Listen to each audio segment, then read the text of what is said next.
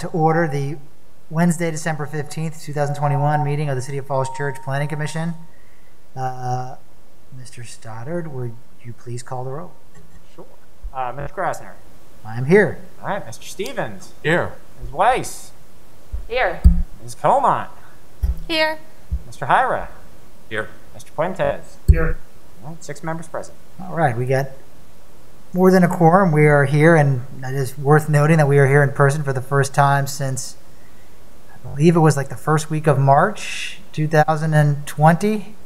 I remember that meeting. I remember talking to Miss Teets on my right side about, that we started first hearing about what was going on in Asia and things starting to happen, and we're like, oh, it's, wonder what's, maybe something's going to happen here in this country. We were, it was still those very early days of March, as we all recall. Like every day, the world seemed to, the bottom fall out from under us. But that first week was still kind of like, well, not sure what's going to happen yet. Then quickly things happened. So we went virtual or hybrid, virtual, shortly thereafter. I think we missed a couple of meetings. We went back in April or May. I forgot when we first had another meeting, but we didn't really miss too much of a beat. And I give a lot of credit to staff for getting us through these many, many months of virtual meetings. And we may not be completely done with them yet, but it is definitely a milestone that the Planning Commission is back in person tonight. So again, thank you for everybody for coming. With that introduction, we'll move on to adopt the agenda. Of course, tonight's meeting is somewhat of a special meeting. We don't have too many items on the agenda. The main point, of course, is our work session for our annual advance, but we do need to go through the formality of adopting the agenda. We do have one item before that to discuss before we get to the work session. So unless there's any comments or suggestions on the order of the agenda, I'd look for a motion to adopt it as printed. So moved.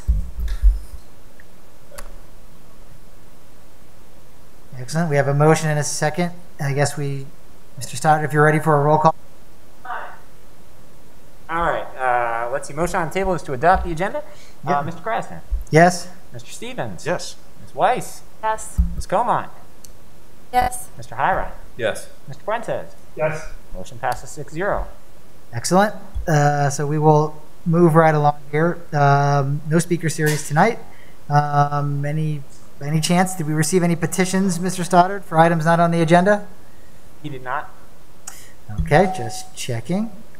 Of course, there are no action items tonight. Item 7A would be if there are any planning commissioners' reports anyone would like to share at this point. Anyone? Oh, sorry. Looking for your hand, your little yellow hand to come up on the screen. But you're right next to me. Yes, I have 2 brief reports for meetings I attended. One was the EDA, that was on December the 7th, and they talked about wanting to spend $1.5 million out of the ARPA funds for various activities, micro grants, outdoor dining, hire a staff for tourism. So as far as I know, all of those things have been submitted and are being considered as part of the city's use of the $18 million of ARPA funds. Wayfinding signs have been delayed another month or two. It looks like it'll be around February of next year when they start to get installed. Then we talked a lot about La Tingeria, but I won't go over that since that's old news at this point. Everything, but it was good for Jim Snyder to hear from a diverse set of people on that issue. Then there was an EDC meeting on December the 9th, and they had an update from Founders Row. They talked about 4 leases that they're just about ready to announce. I guess they've signed them, but they haven't publicly announced them yet. And these are for restaurants. So one of them is going to be a seafood, another is an Asian sit-down, another one is an Asian quick-serve, and then the 4th one is an American style menu. So those 4 locations will combine provide about 1/3 of their commercial space. So, so I guess they're moving along. They continue to be optimistic about the movie theater, but he hasn't announced anything, so that's still to come. And I think that's it. Thank you. Excellent. Thank you, Mr. Stevens. Yeah, I did read the news press article and I'd heard about that. I wish they would announce some of the names of these places. But I think I'm sure they will in time. But just the fact that they have signed leases, that they're comfortable announcing that is a big milestone. So hopefully we'll hear more good news on that front. Anybody else? Any reports to share? I know we do have, it's listed under reports, and I mean, maybe I'll throw it over to Ms. Comont on the La Tingeria letter. I mean, just to introduce the issue. Mr. Stevens just alluded to it. I think a lot of folks here were aware of it. Some folks I know traded some emails, with me and other folks and council people about that. Yes, luckily the main, most immediate issue has been resolved as far as the issue of the business's certificate of occupancy. But I wanted to leave the item on the agenda. Ms. Comont and I had kind of started playing around drafting a letter, not knowing exactly how things were going to play out, but we decided to leave the item on here just as a discussion point. We could probably spend a lot of time talking about some of the broader issues just brought up, but we wanted to still talk about what happened and what we could learn from that, and what the Planning Commission might be able to do to try to not just make sure that this doesn't happen again from our standpoint as far as what we approve, but also looking at the ordinance and how that's being applied, and are there ways it could be improved and made more clear so that we don't need a zoning administrator interpretation on some of these kind of questions. Because I think that's probably where this all started, was that our lack of a clear-cut ordinance. So I don't know, Ms. Coleman, I don't want to put you on the spot, but if you don't mind maybe introducing your concerns and this issue, and we can discuss some of these points. Sure. Yeah. So my goal with this, I think everybody's aware of exactly what happened with La Tingeria, and what it sort of brought up for me is the fact that maybe we need some kind of we need to have some sort of vision for how we want to use the public street parking that we have in the city. I think there are a lot of different parties that may have conflicting interests in our public street parking. So my hope with this was to just generate a discussion about how the Planning Commission thinks our public street parking should be used. So this sort of reflects my views on that question, but and maybe Mr. Krauser's views, because he brought it to the commission. But just hoping that maybe we could talk about the ideas outlined in here. Do we want to use our public street parking to help support the small businesses in the city, retain the existing small businesses we have? And what kinds of restrictions should residents be able to expect? I don't think that we're going to be able to litigate all of those for every area, but I think some kind of philosophy on street parking, some sort of broader vision, might have helped in this particular case. So that was the goal of the letter. And I think it probably could do with a little updating based on the current situation. But if you all agree with sending something like that kind of outlines our position on public street parking, then I think that would be a good thing. Is that sort of what you were understanding, Brett? Yeah. That's why we wanted to continue to talk about this issue. I think the incident raised a number of bigger picture planning questions, policy issues. I think once you get beyond the immediate things that led up to the city's actions there, right, the idea about the public domain in the right of way and public street parking, and of course the issue when you have commercial areas immediately adjacent to residential areas, and especially older residential areas that may not have as much off-street parking, who utilize a lot of on-street parking, and that issue. And I think that came really to a head on that street. Obviously, that corridor as well maybe hasn't received as much attention as far as that issue. I mean, there are a lot of older businesses there that some auto-oriented businesses that probably, from what I understand, have been putting cars on the street, putting vehicles on the street, and I think there may have been some sensitivities to that with this new business opening up, that all of a sudden began to attract a different type of just a restaurant type of crowd, as opposed to before was the auto repair shops and things of that nature. And so I think that change was dramatic, and I think it led to folks, being a little bit territorial over the spaces in front of their house. As we all know, that's not something that, it's public property. It's part of the right of way. It's anyone can park there if it's not otherwise prohibited, and signed that way. But in this case, there were no such restrictions other than there's like 2-hour parking on that street, which is also interesting. I don't know the history behind that, like why there's 2-hour Monday to Friday parking, if that has something to do with some of the businesses that were already there. But again, the issue of I think some of what we might be able to do is, when I try to dig into this issue and figure out, like, well, how did this even occur in the first place?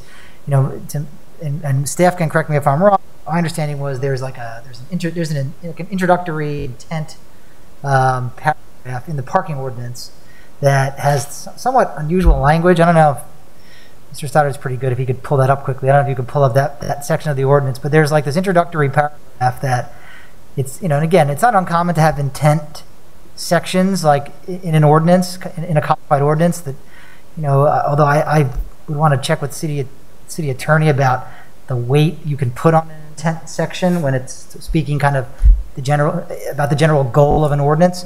Does that hold the same weight as outright prohibitions? That's a kind of a legal question, but part of the issue was, we have this intent section without, the parking ordinance is a huge undertaking, and I don't know if we're at the point where, we may talk about that in the advance as far as bigger picture changes to parking, to the uses and the ratios, but just this sentence here that's in the intent section, where was it? Just that. I found so strange. I don't know how long it's been there. It seems like it may have been in our code for a long time, but it is the purpose and intent of this division to provide for the public safety, welfare, and convenience, to stimulate orderly and harmonious growth in all districts by means of regulation of off-street parking, semicolon. And then the next purpose is to provide that the streets of the city shall be devoted solely to the purpose, and the word solely, to the purpose of the conveyance of pedestrian, bicycle, and vehicular traffic, and shall not be used for the purposes of vehicular parking or storage, and to ensure off-street facility locations in such a manner to encourage aesthetic and efficient use of land. That one's probably less controversial, but that middle clause is so intriguing to me. I don't know how long it's been there. I don't know what the history of it is. I'd like to know, but I think that this is something that I think is worthy of putting on our sort of the work program, so to speak, for the zoning ordinance, maybe in the near term, as opposed to maybe, some other work that might be more medium or longer term. This to me seems, we're not, if this has been on the books, despite the La Tingueria incident, clearly, that doesn't jive with many other comp plan. It doesn't work with a lot of, the way we've approached other, commercial development in the city in general. Obviously the most striking contrast I saw was the way we dealt with Northside Social when they had a property that was like a non-conforming property, didn't have adequate on-site parking based on the code. Although I think this use actually does have it, but that one had, I think everyone here is familiar with that history, but in that case, the city kind of bent over backwards to look, could we provide even more on-street parking? And we striped out a couple extra spaces in the public right-of-way, which would seem to go against the intent that's in our parking ordinance. So this was shocking to me. Actually, I'll have to admit, I had never noticed that section, never read that. Maybe if I had, I'd forgotten. And so to me, I thought at a minimum, this could be something we could begin to, to try to, this would be a way to immediately suggest to council that we to not repeat what just happened by making this, rewording this. I don't know, I'm not prepared to say what it should exactly say, but it would seem that this is, kind of precluding on-street parking for anybody. Including residents. I don't know. It should only be really to move vehicles and cars around, and I guess pedestrians and bicycles too. But it kind of says that it's really not for vehicular parking and storage. Storage might be something if a business was literally storing used cars or cars under repair. That might be something that we would agree is not something we'd want to see. But on-street parking, it kind of is part and parcel to a vibrant urban place. We talk about the role for parking, but I think in most successful urban places, there's, tends to be on-street parking in vibrant commercial areas. And so, despite the fact that we try to encourage a multimodal solution, I mean, that's one of the modes that, is vital. So anyhow, that was, I think, to me, one of the biggest things. I've probably talked too much, but so I just kind of wanted to throw it open to the commission and see if people felt, we could,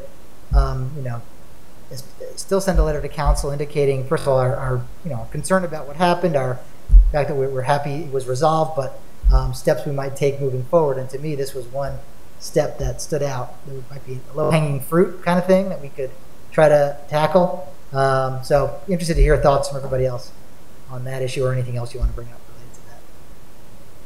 Let's see, Ms. Weiss, go ahead. Thanks. I'm in violation of this intent every day. Yeah. So I would definitely be supportive of something that would strike that sentence from the code. I first of all, I think the letter is great. I would support, signing it now. I think the only thing that would be modified is that last paragraph, really. I support putting this on our work plan.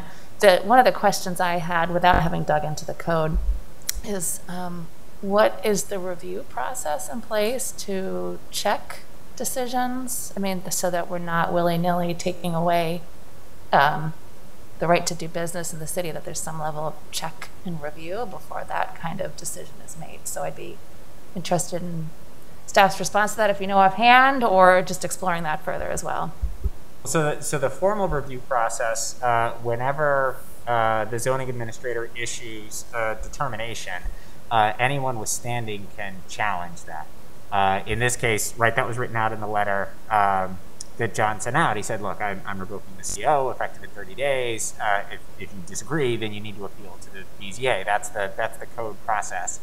And of course, that would be true for any zoning determination. So it's anyone with standing, right? Someone might, in a similar situation, John might issue a determination saying, yes, you can do X with your property. If the neighbor disagrees and thinks they have standing, they could challenge that determination with the BZA as well. So that's the formal check on a zoning administrator determination is appealing to the BZA. I guess I meant before that kind of letter is issued. Is there some sort of review before a letter of revoking certificate of occupancy is even issued in the first place? You're talking about sort of internal procedures. Internal procedure. Is there some sort of review, or review or agreement yes, this letter makes sense. We think it can stand and we can put the city's weight behind it at all. Yeah, some of that is up to the zoning administrator about whether they want to sort of take counsel from other staff members and talk about things before they go out. One of the things that I'll sort of speak up for, I'll sort of close ranks a little bit on this one and just say that the zoning administrator is in a tough spot, that they're called on to interpret the code. And when it isn't clear, they have to look for pieces, whether it's in the plain language of the text or whether it's in the intent section. So they have to search for sort of what is the meaning of the code and then issue a determination based on that. There are times when they'll reach out to their staff members, but ultimately the zoning administrator has that legal authority to issue those letters.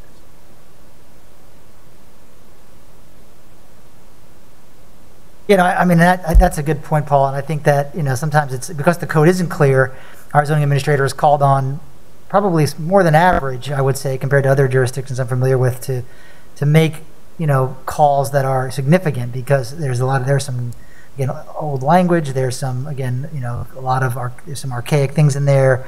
There are a lot that aren't clear, and he's constantly, even when it comes down to uses, I mean, it's up to him to determine the parking rate for, this particular use. He decided to call a carry-out restaurant, and there's no parking rate for that. There's a rate for regular restaurants, but so he, again, as an administrator can do that, was able to make up whatever rate he felt was appropriate and apply it here, as far as how many on-site spaces they needed. Right, the code allows him to make a call, and that's common. That's typical, because you can't anticipate every use, so you then try to find something that's most similar or determine, or you kind of want some flexibility. But again, I think that restaurants are a pretty common use. I mean, and there are many, and obviously the restaurant world has changed over time, and so it used to be parking rates for restaurants were like the traditional sit down or fast food, but today there's a lot that are kind of in between that. And so, anyhow, that's just one example. But yes, I think that raises a good point about how our zoning administrator is called upon quite frequently to make calls like this. and without any further guidance, he has no other choice than to just use his best judgment, based on the way he sees it. But yeah, I would think that providing more, the more clear the ordinance is, then the less of that will happen, and that's really the goal, is that he implements the ordinance as the city and city at large wants it to be, based on the way it's adopted. One thing, if I could just chime in to your point about sort of clarity, I thought that the second letter from the zoning administrator did a nice job of saying, you're in compliance because you have this number of spaces on your site. And I think that might be, if you are looking at sort of adjustments you want to make to the code, it might be nice to insert a little language here in clause B here that says, the zoning administrator determines the number and, specifies that number in writing. Because I think that's maybe one of the pieces of information that was missing early on, is sort of what is the hurdle that needs to be. And another issue, and I don't know, this is a question I had, and I know, Ms. Cohen, your hand was up. I'll go right to you after this, but I know that most zoning administrators, I hope, that these determinations, should be compiled somewhere. Like, when a zoning administrator makes a determination, it should be consistent from case to case, and it sort of has the weight of not quite an ordinance amendment, but a lot of times, it builds up almost to something similar to that, where if he's been making a determination, he should be calling everything the same. And so someone can look up, well, what did you do last time there was a use like this? And it should have been, and I don't know if we have that. If we do, it's probably not, I'm sure it's not searchable online like an ordinance, but, I'm hopeful that, do we have that? If we don't, that certainly would be an internal kind of thing you guys would want to consider. Yeah, I'm always pleased to know that the zoning office, somehow the zoning office has been somewhat miraculous. I feel like the zoning office and the clerk's office always have records of what they've done, and that's always a nice thing in a small government to have that reliable resource. You're right that it's available internally. We don't, as far as I know, we don't have a lot of good tools for publishing that publicly, but there's certainly a public record anyone can ask for. Yeah. Let's see, Ms. Come on, go ahead. Sure. Yeah. So my understanding was, Latinga did provide the required number of spaces, whatever number was specified by the zoning administrator, because their certificate of occupancy was, granted. So I think the rationale for it being revoked was that their customers were parking on the street. And the basis for that was that intent and purpose section of the code. And so that's really like what I want us to focus on. As much as I like the prioritization of the transportation by bicycle over parking cars on the street, I really want to keep that. So the next time we want to put in bike lanes and people say, oh no, my street parking, we can say, look, it's right there. This is the purpose of our streets. But the other thing I want to mention is that I think there's a larger issue, which is anytime we have a new development that's coming into the city, we have residents in neighboring streets who come to the city and ask for parking restrictions. And those have been sort of handled, I guess, on an ad hoc basis by staff. But again, there's not really any kind of philosophy on this is how we want to be using our streets.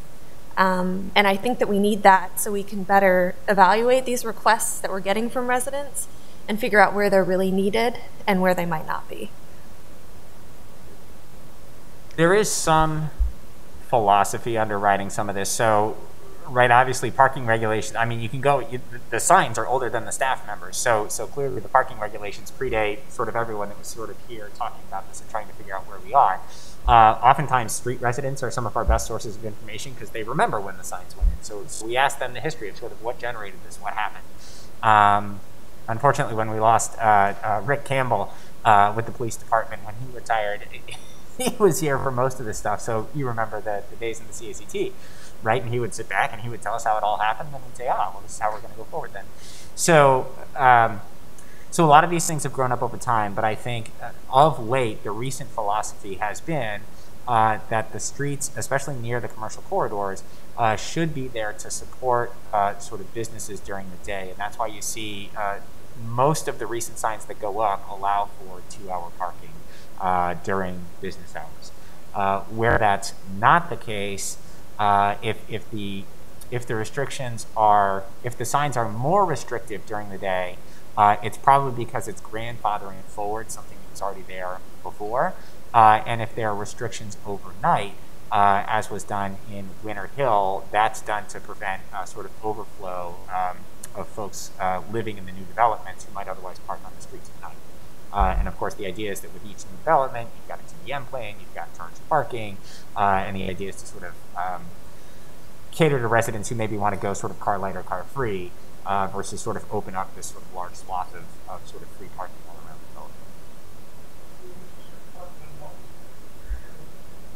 Yeah, so I was talking to Jeff Sykes, who does a lot of those facilitations for the nearby communities.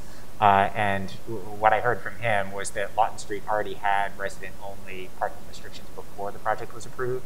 So that's a restriction that's being grandfathered forward. And then additional restrictions are being put on overnight to avoid spillover parking.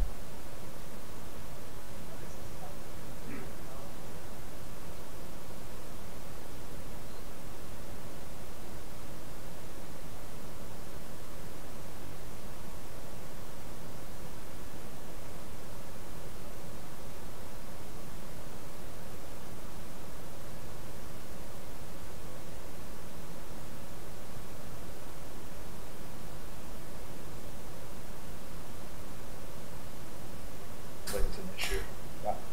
I'd be certainly willing to support that.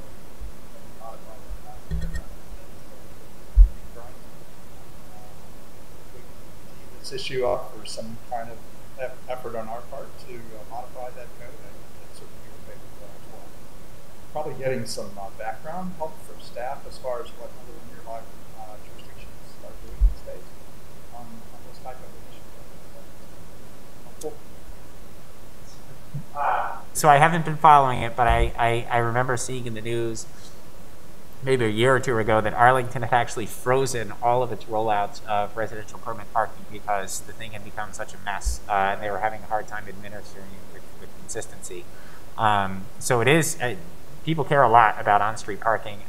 Folks that have been here will remember it was that was what scuttled the Ped Bike Master Plan was discussions over on-street parking. Yep. It is valuable. The pedestrian bicycle master plan like 5 years ago. Yeah. Non-existent ped plan. Yeah. So it's definitely a valued thing in a community, and it serves a lot of uses. It protects pedestrians on the sidewalk. It supports the nearby businesses. It makes it easy to sort of get to a place and get out of a place.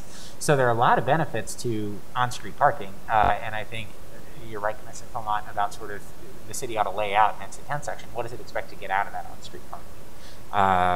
So I think that's valuable. I think that's a good question. And I think the other one about sort of laying out expectations for, it's not just the on-street parking in the commercial areas, but near the commercial areas, and how do you want to strike that balance? Understanding that sort of every neighborhood is going to have some sort of unique aspect to it, but generally, what are you trying to get out of that? I think it's helpful to have that conversation.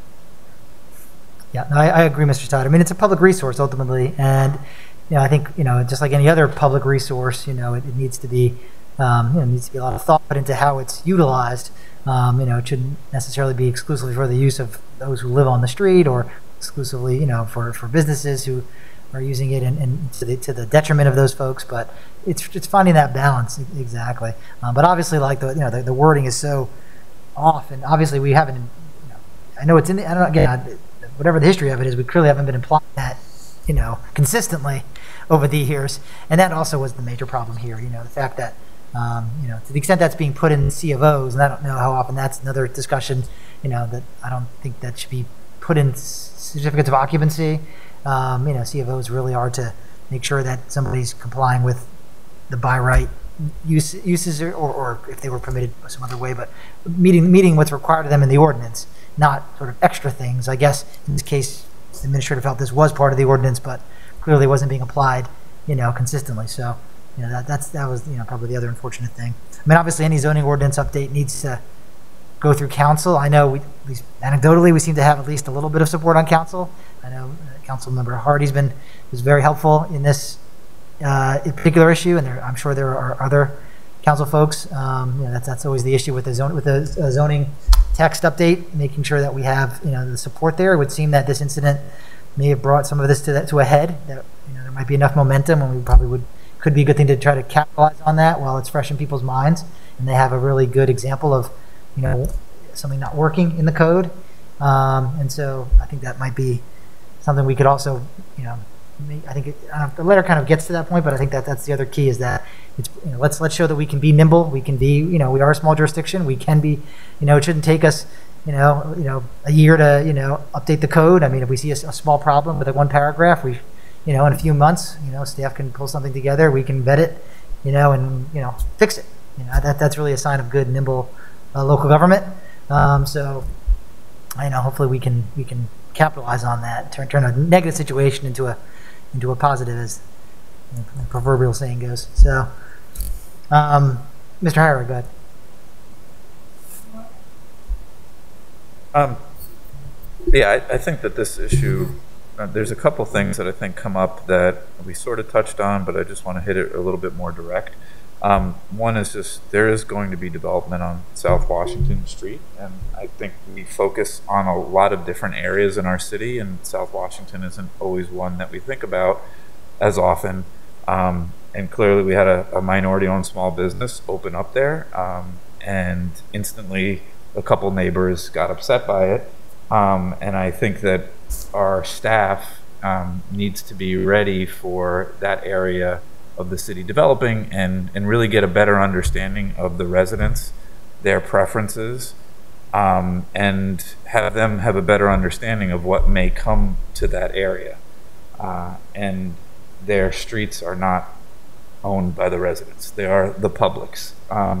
So anyway, issue number one, South Washington, we really got to think about what's coming there and how we can make it work in a way that is welcoming. And that gets to my second point, that we haven't hit this clearly today, but I know a lot of people are aware that this was a minority-owned small business, and we have said that we are a welcoming and inclusive community. This business was open for less than a week, and our city staff instantly, you know, basically tried to pull back their occupancy. If we are a welcoming city that wants diversity, there's no way that should have happened. And it's clear that we have some things on the books in terms of our code that should be shifted and changed. But the reality is that whatever's on there is going to be implemented and executed in a way that is inconsistent. And we clearly have inconsistencies in that this was pushed really fast through our city to target a minority-owned small business. And race is an issue. Race has always been an issue in our town, and we need to be mindful of that. And Ms. Coleman, I think, or Ms. Weiss, whoever, Ms. Weiss, I think you asked about what's the procedure, that how this kind of goes through the city. Does it go from a complaint to a resident to a city council member who then calls the zoning administrator, and then maybe also other people get involved? But we need to know how that process is working, so that when we see things that are perceived as racist, we can stop it. And we mobilized, and it was amazing to see the mobilization that occurred among many people in the community that thought what was done to this business was wrong. And it was interesting to see the city change when they were contacted by many of us. The standard line from city staff is, no, we're going to just do this, and we're not pulling this back. And all of a sudden, with a little advocacy, it was pulled back pretty quickly. So we need to really better understand how our codes are executed, and whether there is an unintentional disproportionate targeting of minorities.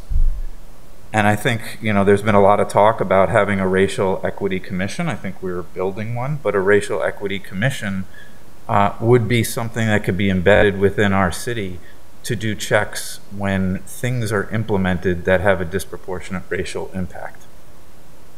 And this isn't going to be the first time that happens. And even if we change this code, it's like playing whack-a-mole. You whack it down, and then racism pops back up. You got to whack it down again. And we need something tangible in our city that's part of our governing apparatus that can whack it down when it pops up. And it will, consistently.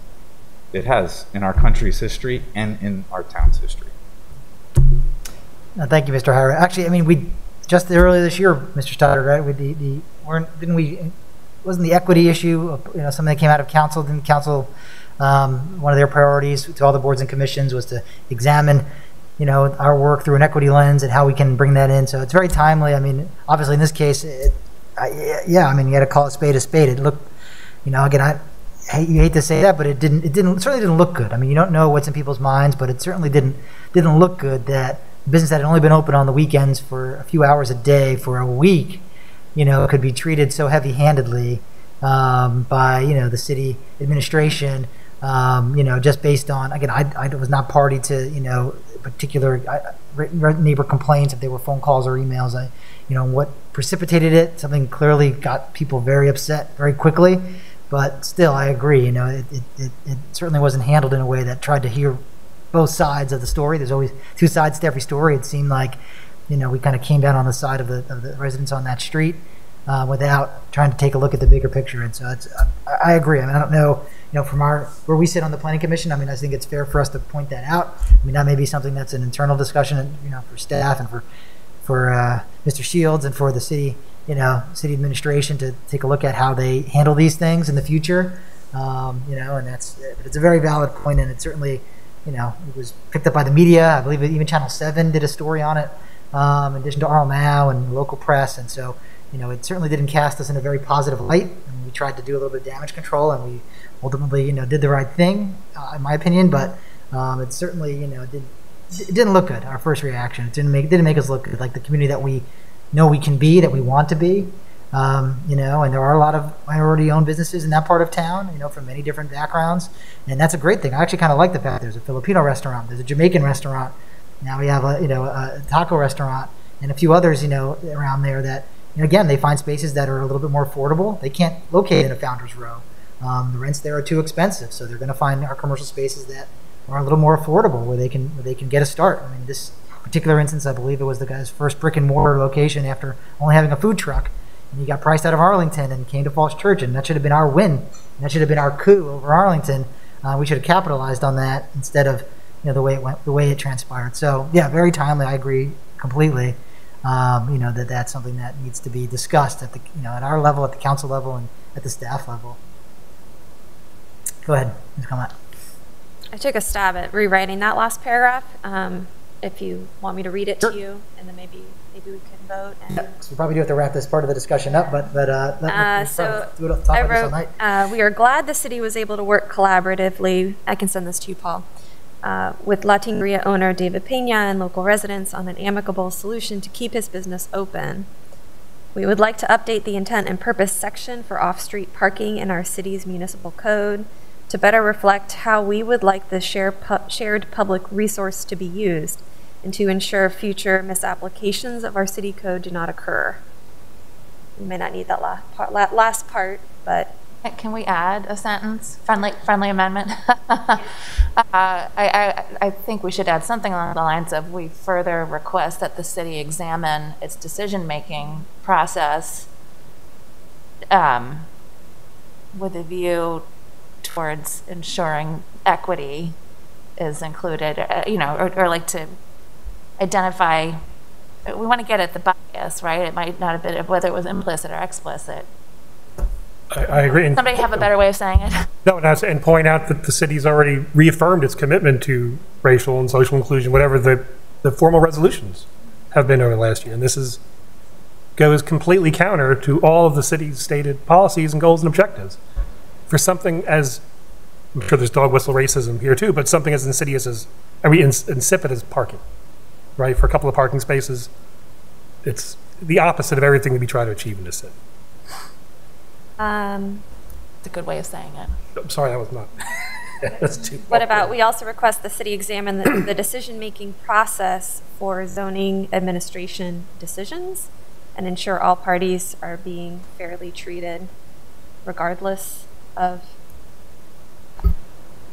We're just fairly treated. I mean, just that just being equitably fairly treated.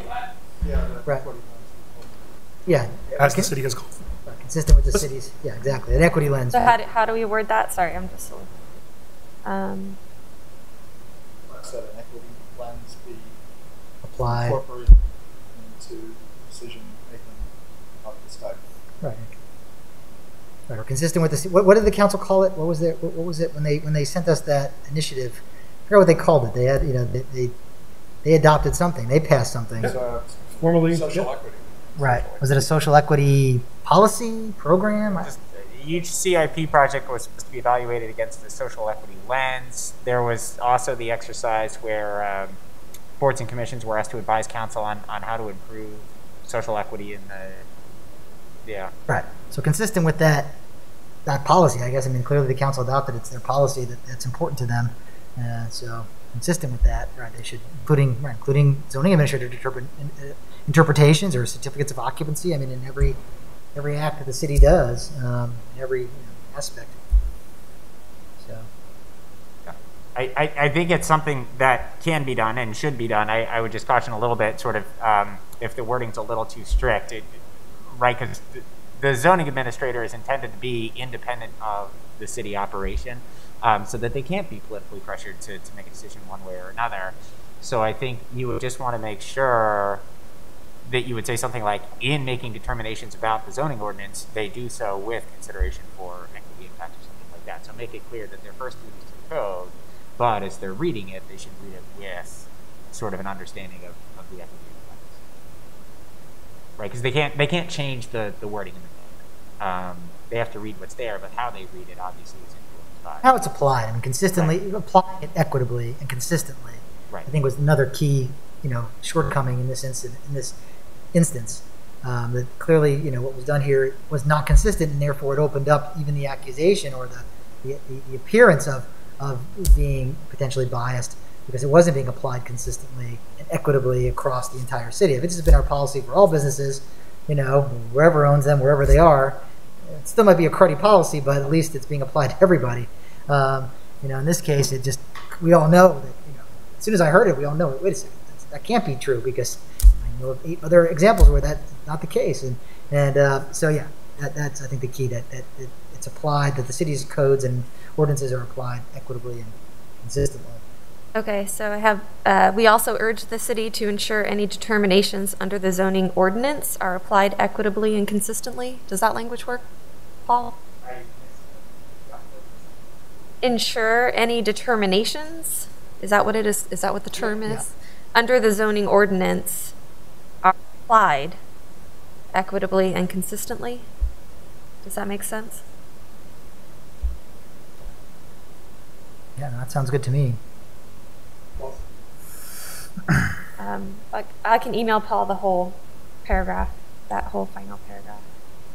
Right, I mean, if Paul, I know it's hard to edit in real time, but if you, based on the discussion, if you can summarize that, and we can always circulate now that we've met in person, or we can circulate the draft if we need to, or can we just go ahead and. Well, I mean, I feel a little Yeah. Okay. I just emailed it to you. Do you want me to read it instead, Paul?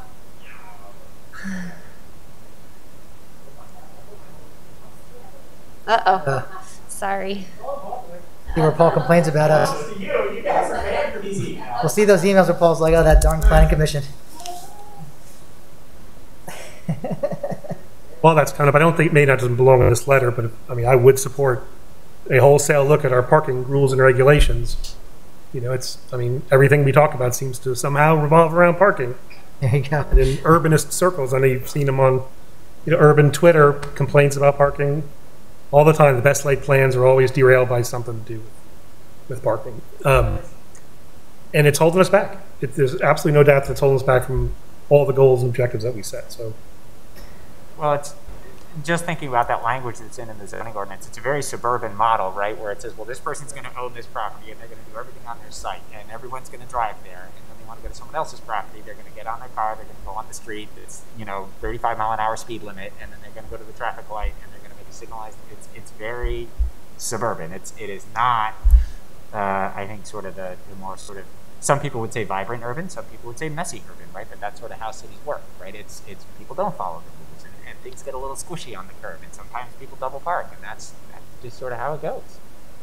I'm not saying we shouldn't have any rules and regs, but I think it is due for an update. But sure. I think we have an opportunity with that crazy sentence you highlighted in the ordinance, which is laughable. Yeah, it's, right? I mean, it doesn't, it's, I mean, I think I used the word, one of my emails to council, it's called it asinine. I mean, it's so ridiculous. I mean, how could we even have that in there? And how could we be interpreting it this way? It makes so ironically, that might provide us an opportunity it's like, to kind of get in there and start pulling it apart. it's almost, it's hard to believe that's in there.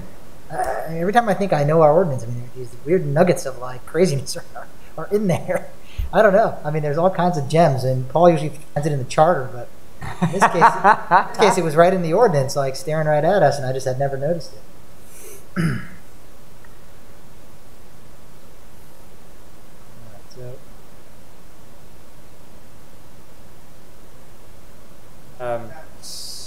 Stated that we would update this, or like a I mean, normally, like a zoning ordinance update, I mean, does council have to like initiate it? You guys can recommend. We can do it, right? Under the charter, you can. Yeah, that's what I thought. guys can That's what I initiate. thought. So we can initiate it. Yeah, you can ourselves. initiate it. You can just send up a recommendation. Yeah. The do you? I don't want to edit your language here, but Please do you want a little segue here that says something like to protect against similar situations in the future? Yeah. Because that's what you really want to do. You Yeah, wanna take this that's sort of at the end. Maybe we move that to the front. And you can use your nicer language. And to ensure future misapplications of our city code do not occur. Yeah, I think you So just I bring think this to the protect- front. Because then I think it links Yeah. both what you're asking for as well as Commissioner Weiss, what you added. Yep. Thank you, Paul. You're such a Yeah. good editor. Well, I don't know. We would like to. You need a comma after occur. Sure. We would like to, one, update the now, and two, if you're okay with that.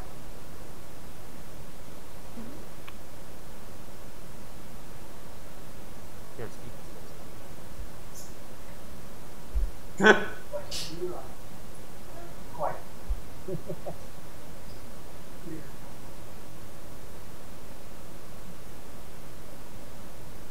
The grammarian in me objects to the where you put the 1 and the 2 relative Uh-oh. to the subject, the noun. Where would you like him to go? We would like to update the intern. We would, and I would just delete maybe we also. Maybe that's more parallel.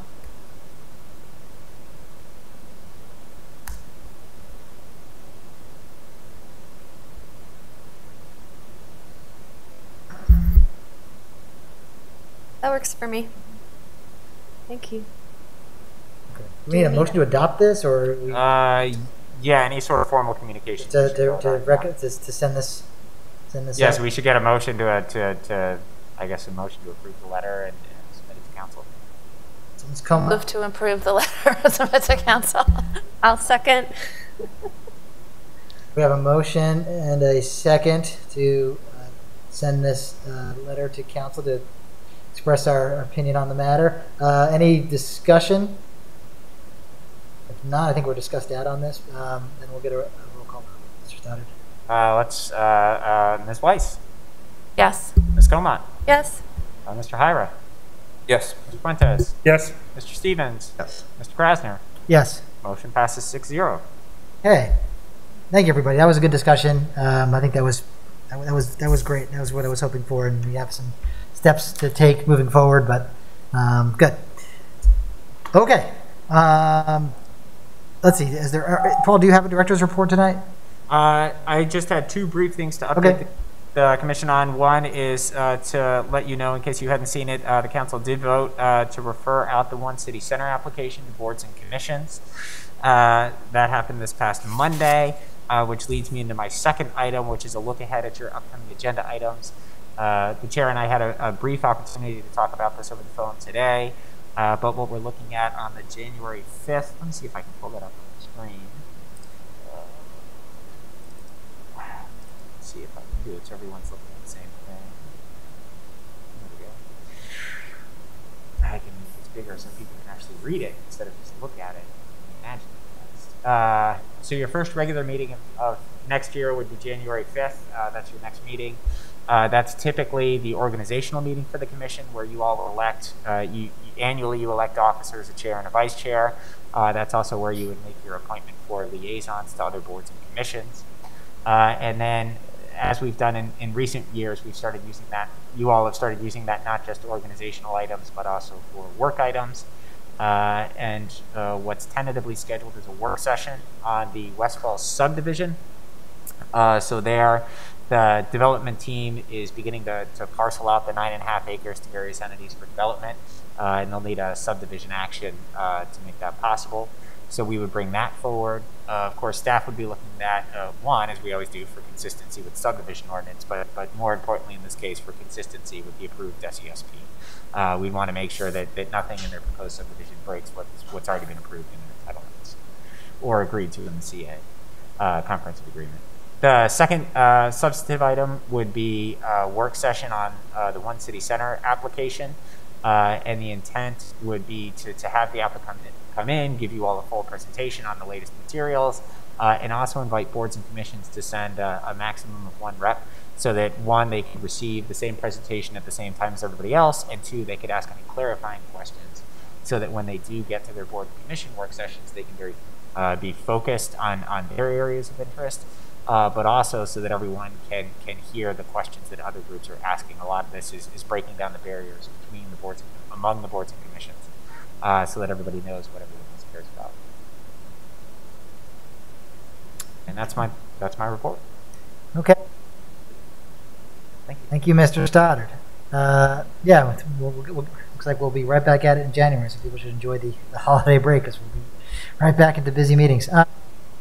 Okay, well, that brings us to the main event of this evening, which is our work session item, which is our annual advance. There are a couple other things listed in the work session, but aren't those all kind of part of the same discussion, Paul, or that right? A, B, and C.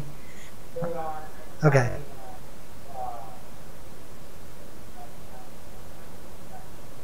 Sorry. I've got a short staff report that I can use to introduce those various items, but yes, they would all flow Okay.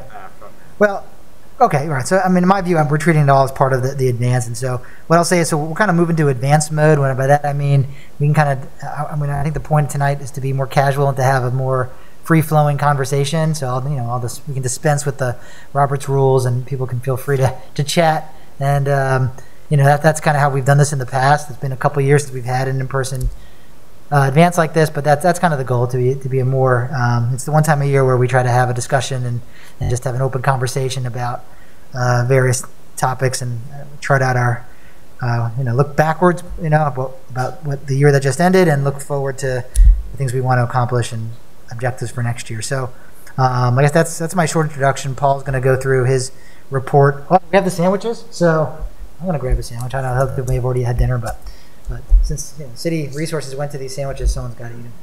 Someone's got to eat them. I'll eat them. And so feel free to grab that. There are drinks too, I think, in the fridge. So feel free to grab a beverage. And with that, I guess, Paul, I'll throw it over to you, and we'll get into advanced mode. Sure. I just wanted to save the text of the letter. I didn't want to lose that.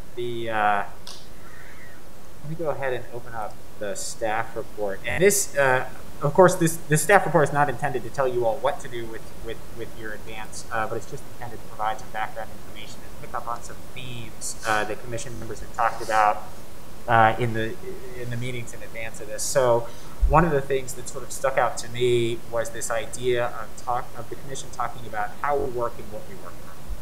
And so I went through various documents, and I pulled some information that I thought might be relevant to that conversation.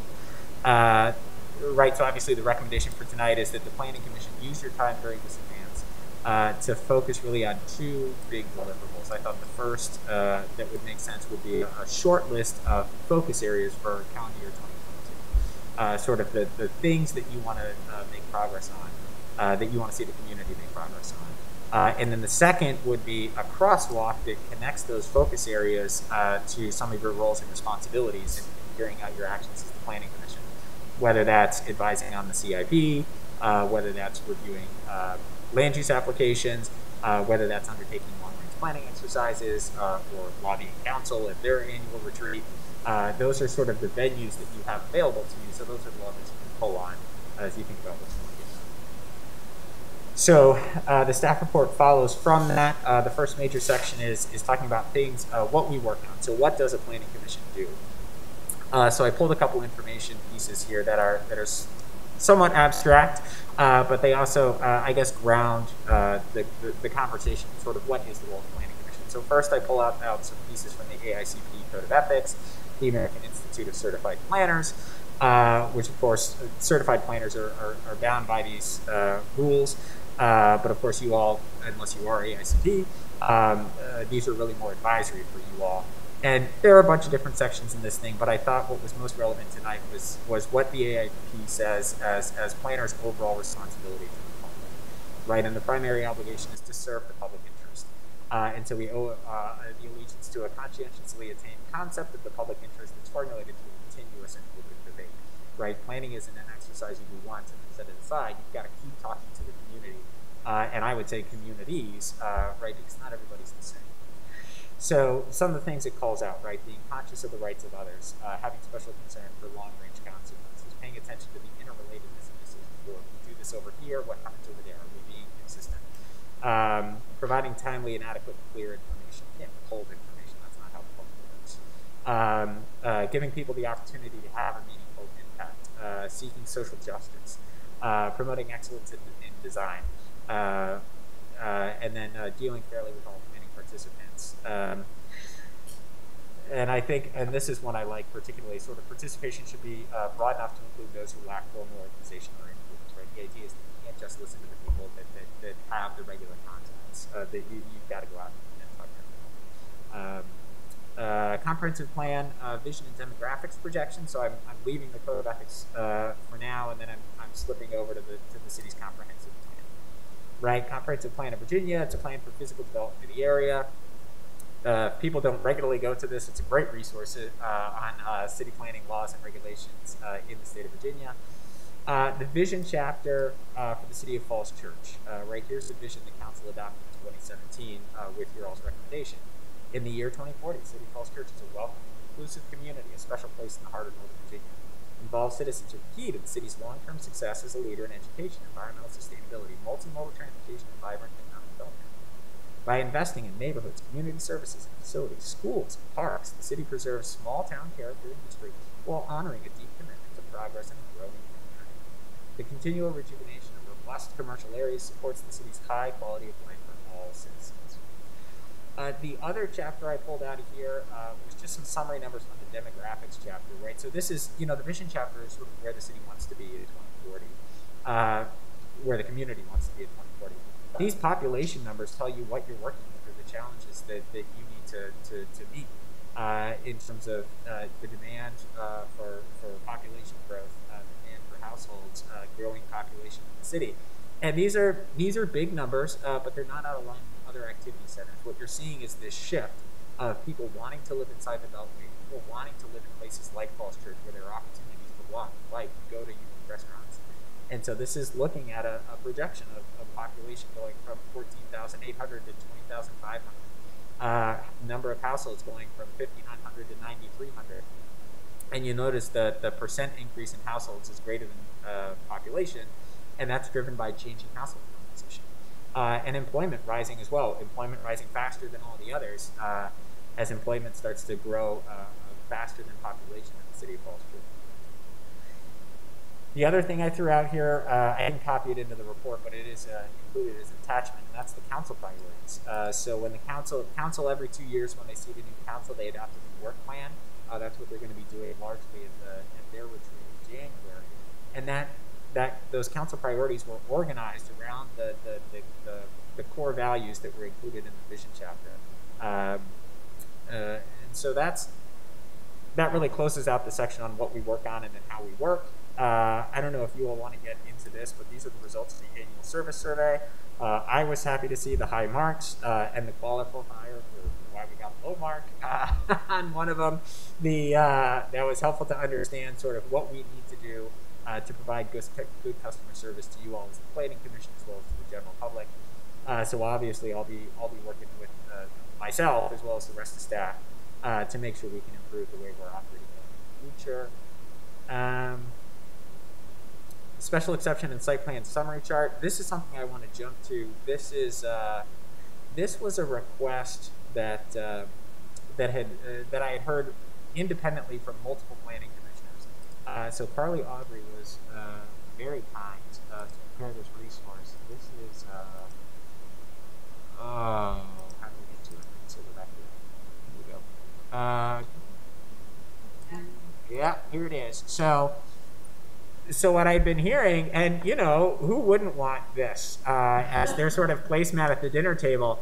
But what I was hearing from commissioners was some questions about, well, when's the right time to advocate for this piece of a project or that piece of a project versus when is the thing already decided and it's too late to ask for that?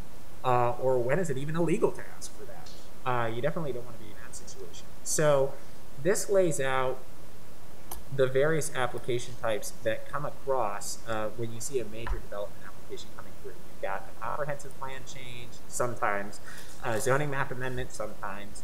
You got a special exception, that for the major redevelopments, you're going to see those. And then subsequent to that, you see the site. And this chart lays out, well, who makes the decisions on these things? And what's their authority to act? And what are the requirements for getting approval? What are the tests that applicants are held to for each of these different kinds of applications? And so this lays out excerpts from the city code, the state code. It makes references to the Albemarle County Handbook about, well, when there's a piece of text and it says, well, adequacy of landscaping. How do you interpret that? For consistency with the comp plan. Well, who's saying that's consistent? And so the Albemarle County Handbook would walk through how the courts have decided what that means. And then the other thing we did, I was very happy that we were able to keep this thing to 2 pages so you can print it easy.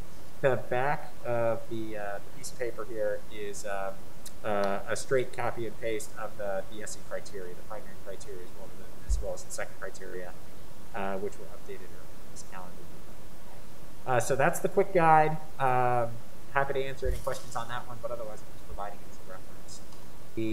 That wraps up my staff report for the advance. Of course, there were other materials about rules of procedure and annual report, but I think the bulk of the conversation is really for you all to talk about sort of what are your focus areas for the upcoming year, and where do you want to see sort of action happen for these things. Can I make a request? Because I think that 2-pager is really helpful, and I know you've shared it before. It might also be helpful for the public when the Planning Commission makes decisions. So I mean, I would request that any time we have a special exception, you know, zoning, anything that relates to that 2-pager, that just be part of the materials, because it's just very digestible and easy to understand. Yeah, we can always include that as an document. I will throw out, this is a unique creation. No one has seen this before but you all. The one she produced last time was specific to the SEE, the SESP. So, but because you liked her document, I went back to her and said, can you make another one of these for SEs and site plans? She did this a number of years ago, right? I recall having seen this. That was a different document she produced for you all, but it was similar in nature. But again, it laid out what are the tests and the requirements for site plans, for subdivisions, for other things, and we can provide that as well if you want. We can recirculate that.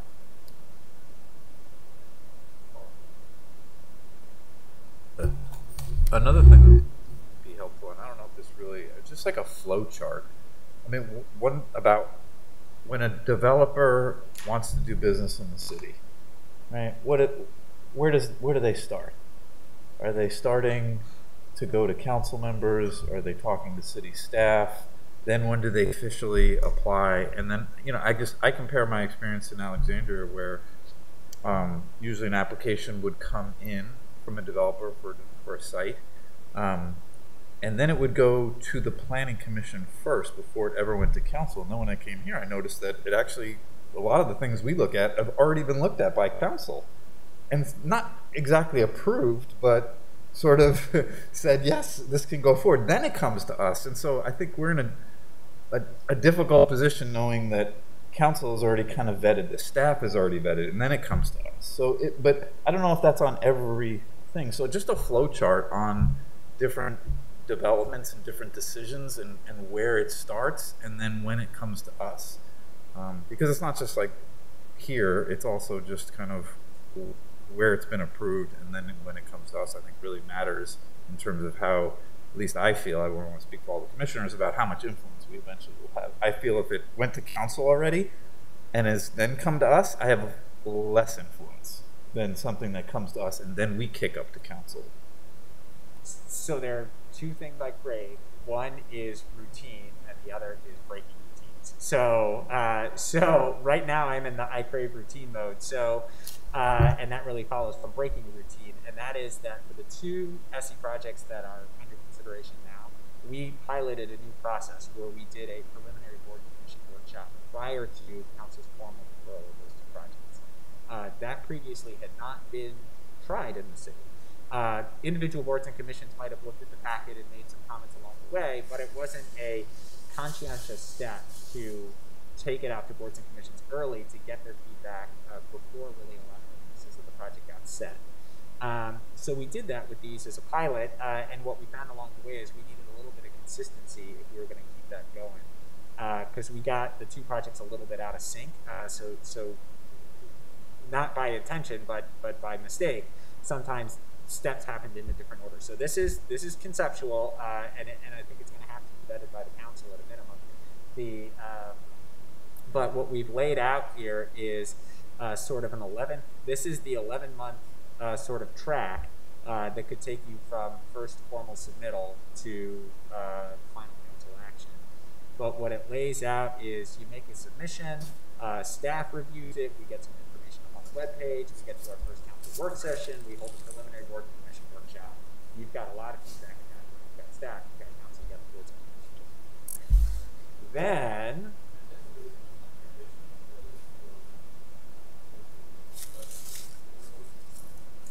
yes. Yeah, so in the Falls Church tradition, it would typically not go to planning commission. Right. Historically, it would not have gone to planning commission until after council. And I will say that is different. You mentioned Alexandria. That is not the way it happens in Fairfax either. I mean, typically it starts at like the lower levels and then, works. It's usually staff. I mean, sometimes there's, obviously developers who are smart, they will talk to elected officials before they invest the money and time and hire consultants to follow, but typically, yes, the formal review process starts with staff and goes to, a planning commission, and may go to other commissions and boards, and then the elected, the governing body is typically the final stop on the train. Our system, I've always read, it is different, and it's fair to say, yes, it does, take a little bit of our, takes a little bit of our ability to, a little bit of leverage that we might have as a gatekeeper, and the way I see the process play out, in Fairfax and other places. It's true. I mean, and I don't know the history and how long it's been that way. I will say it seems to be pretty well ingrained here. Paul's example of this new process was definitely met by some skepticism and some resistance by some members, and I think others were willing to give it a shot and see how it goes. But that just shows you how and that's true anywhere, that you can develop a culture and the way things are done, and it is hard to break that. I mean, there are 2 schools of thought. I think there are some. I mean, it's interesting to compare it because there are some, I think, benefits to having it start low and work its way up. I mean, in some ways, it makes the job, you could argue, easier for the governing body because they get a more finished product when they get it. It requires them to have a lot more trust and put a lot more, delegate a lot more to the boards and commissions to kind of do the initial screening, formally before it gets to them. But I mean, the other, I don't know. I guess it's kind of more of a ping pong ball. It bounces back and forth a lot, and I agree. Sometimes as a planning commissioner, I will say it makes me feel like unsure what direction we're going, or how hard to push on something if I know that and developers know this too. If they feel like, well, I know how council feels, so the planning commission's telling me this, but I know I was just there with them last week, and they told me X, Y, and Z, and now you're telling me Q.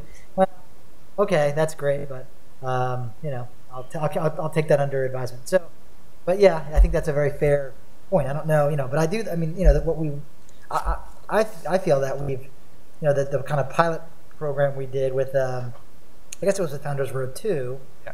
I think was helpful. I mean, I think the development community, I think the developer thought it was helpful. Did you get that feedback from them, Paul? They thought it was helpful, and I think the other boards and commissions thought it was helpful. I think part of the challenge there is just to set expectations so that we don't run into the issue that, well, as you were just saying a minute ago, well, the developer hears this from this board and then hears this from council, and they seem to be in conflict. Ultimately, the developer should know council will make the final decision. So all of this is advisory, up until that final decision. And I think if you can set that expectation, then we can kind of loosen up so we can have good conversation, at an earlier stage that involves a much broader set. It was interesting on West Falls, how the Fairfax County, when they were looking at, the comprehensive plan update for those two parcels up there, they actually started with a citizens advisory committee that went on for a good bit of time before it ever got to the planning commission and then finally the board. So that was for a change because that required a comprehensive plan change, and so that's right. That's typically how they do it. It like starts out that level before it even gets to the planning commission level. But yeah, I agree. The other benefit, as we talked about at the time, was developers, they have a lot more flexibility at that point, so they are willing to listen and they're not locked into a certain design yet. The more it's at a more preliminary phase, and they're more willing to consider changes. A lot of times, they're too far down the road on something, and as much as they're kind of hearing what we're saying, but they say they know in their mind and the math in their head, like, well, I've already invested so much this way, and I kind of think I have a decent chance to get it approved this way, and so to pay my architect another however many thousands of dollars to redesign this or change that, or I don't know if I want to do that. Whereas at the beginning, they're much more receptive and open to ideas. I mean, they're still developers and have certain limits and things they're working with on their end, but we certainly, I feel like, could have more impact there. So I appreciated that. I think it went well. So yeah, I think that's something that maybe we could continue to advocate for. It sounds like we're going to try it again with the One City Center. Well, One City Center's already done. So One City Center also had the preliminary. Right. Oh, we did that. I'm sorry. Yeah. And so now they're both projects are sort of right here in this sort of this blue step where you've got right. So the idea is you get a first submission and you get everyone to give a look at that: staff, council, boards and commissions, and provide feedback to the applicant. And then the applicant comes in with their second major submission. And at that point, you're using that second submission really as the bulk of council's referral out to boards and commissions, as well as the planning commission formal recommendation. So they're going to bring in the second submission. Council's going to get some feedback. They're going to have to make some tweaks, right? They're going to adjust their PCs. They're going to change the color of the architecture. They're going to change the programming. They're going to increase commitments to restaurant space or whatever it is. And that's really just a tweak, right? That's submission 2.1. And then that's what goes up for council's consideration for referral. Then they're going to go out to boards and commissions for a couple months, and they're going to get comments, and they're going to come to you all at least twice. And you all are going to want to see some changes, and that's where they're going to do 2.2. We just did that with Founders Row. If you remember, there was a work session. You all were really unsettled about, I think the comment was, we can talk about this stuff, but show us. And that was submittal 2.2. So they came in with a lot more materials, a lot more graphics, redline PCs, and that was successful, I think, in getting the project to approve and really show responses to board and commission comments. So that was submission 2.2. And now, using Founders as the example because they're a little bit further along, they're going to be coming in with submission 3. And so submission 3 is going to formalize all those changes that they've already committed to. And this is going to be really what I would think would be sort of the last major submittal that goes up. And this is really the time for council and the applicant to finalize the application. And so this will be where it'll get up to a council work session, and council will provide some direction. They'll come in with some changes in a submittal 3.1, and that's really what ought to be considered as the final consideration. So this is different for the city. One, it's got the preliminary board and commission workshop. The other thing is that it spells out sort of an 11-month path, which historically is faster than what SEs have done in recent history. It also starts to put some caps on how many submittals that there are going to be, and I think that's an effective negotiating tool. One of the things I've heard in talking with applicants is that unless they know something is up for consideration, it's very unclear whether they should change the materials. So, because in their mind, what they're trying to get to is a zoning entitlement. And if making a change isn't going to get them closer to a zoning entitlement, then why make it? But if they actually know they're on a timetable and you got to put your best offer forward because we're going to vote on it, well then, gosh, you better put in a good answer. Otherwise, you're going to be the one requesting a deferral because you're not ready. So I think putting some of this down on paper and telling everyone what the timetable is, and this doesn't bind council to this. Of course, council's always free to defer. That's what they did on City Center. They didn't think the application was ready. They deferred. The applicant made some good changes, and now it is referred out. So I think there's still flexibility, right? This doesn't bind everybody to make a decision, but it does put forward sort of a process and a timeline that provides for fuller engagement and some certainty, whether you're someone watching from the general public or you're actually engaged. Can I ask, can you drill in very specifically about one piece? Yeah. What is the Planning Commission's role with the VCs?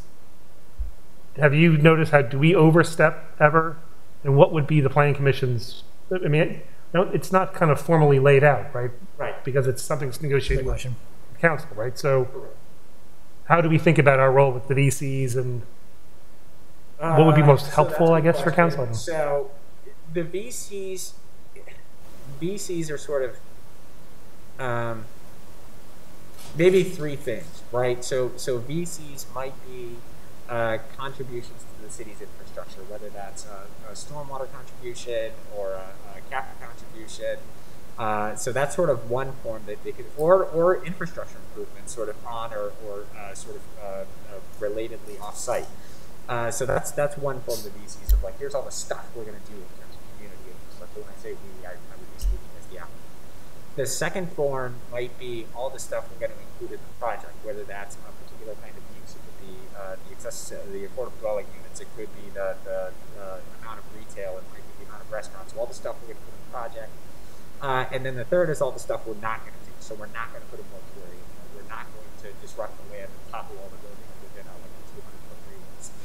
So all the things we're going to do to protect the existing environment as we go forward, right? You see things like paving the street to keep it in a drivable condition during the period of construction, or keeping the pedestrian ways open, even if it means we have to do a sort of a crazy loading map where we're going to keep the pedestrian ways open. So those are sort of three forms of VCs.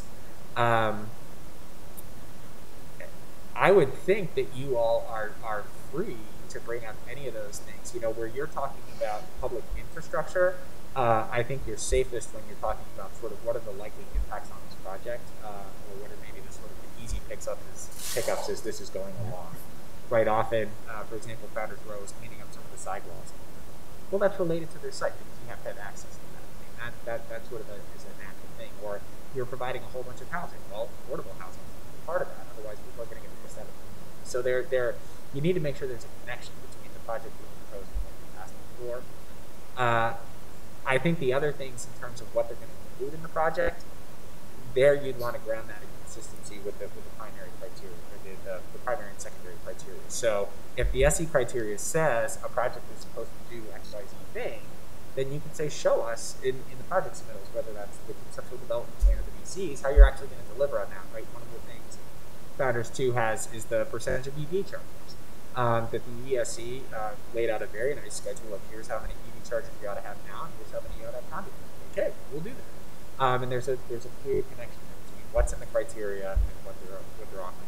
Now, Paul, like to contrast that with props. I know, obviously, like again, I'm always, looking on the other side of my brain, my Fairfax brain. I mean, VCs. I mean, under Virginia code, they're different than proffers, right? Because a proffer doesn't have to have any connection to anything. I mean, it can just be, it's all voluntary technically, but I know, and it's applied also differently around the state. But are VCs like a different animal under Virginia code? VCs are generally more flexible. Okay, but they're not. Yeah, it's not like development conditions, but they're not. Are they akin to proffers? Or are they? They are also voluntary. So the council can't say we're approving your project and you have to do this other thing. That's not an authority the council has. They can't say we need to see this in order to approve it. They can say that, but they can't approve something and put a condition on top. But council can talk to the developer about it. Whereas the proffer situation, my understanding is there's like a pretty solid wall on discussion. You deal with them more day to day than I do, so I don't want to say. Well, and it's been tweaked. I mean, and there was legislation that was changed, but it was like a certain areas of like redevelopment or areas of like commercial revitalization areas, and essentially any built up, kind of comp plan focused area is like exempt from some of the proffer restrictions that were put in place across the state that tried to just make sure it was only tied directly to impacts that were being generated by that development. And that was the big, legislation that was passed. But practically speaking, I mean, at least in Fairfax, so much of the county's main activity centers are exempt from that. The proper system there continues to function as it always did in Tyson's, in Reston, and in Bailey's Crossroads, in Seven Corners, for example, right on our border. At West Falls Church, the proffers there, operate like they always have.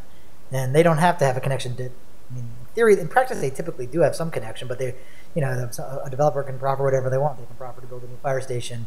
Right. They can proffer to build a new school. They can proffer to, and usually there, you can argue that the generation of new residents are, driving the need, but it's not technically like it's not a capital facilities ordinance in that sense that they're, although we do have formulas and things we apply to calculate the contributions for school children, for parks. Can I just interrupt with just a quick procedural question? Yeah. I'm a little bit lost about what we're trying to achieve at this moment, Sure. Which is not to say that this isn't extremely informative.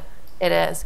But in terms of, just in terms of our advance, and I think this is like really spot on in terms of like how we work, because I've heard something like we should always be doing these, sort of all board and commission meetings earlier, and maybe even start the process for large developments, boards and commissions before it gets up to city council. I don't know how we stage a coup like that, but I'm open to it. But I'm also, I don't understand the status. We have a mole here, be careful. We're also on TV, as far as I understand. I'm also not fully understanding the status of this document, but I'm also sort of getting back to like, Sure. In terms of our objective of what we're trying to capture tonight, how do we do this? What?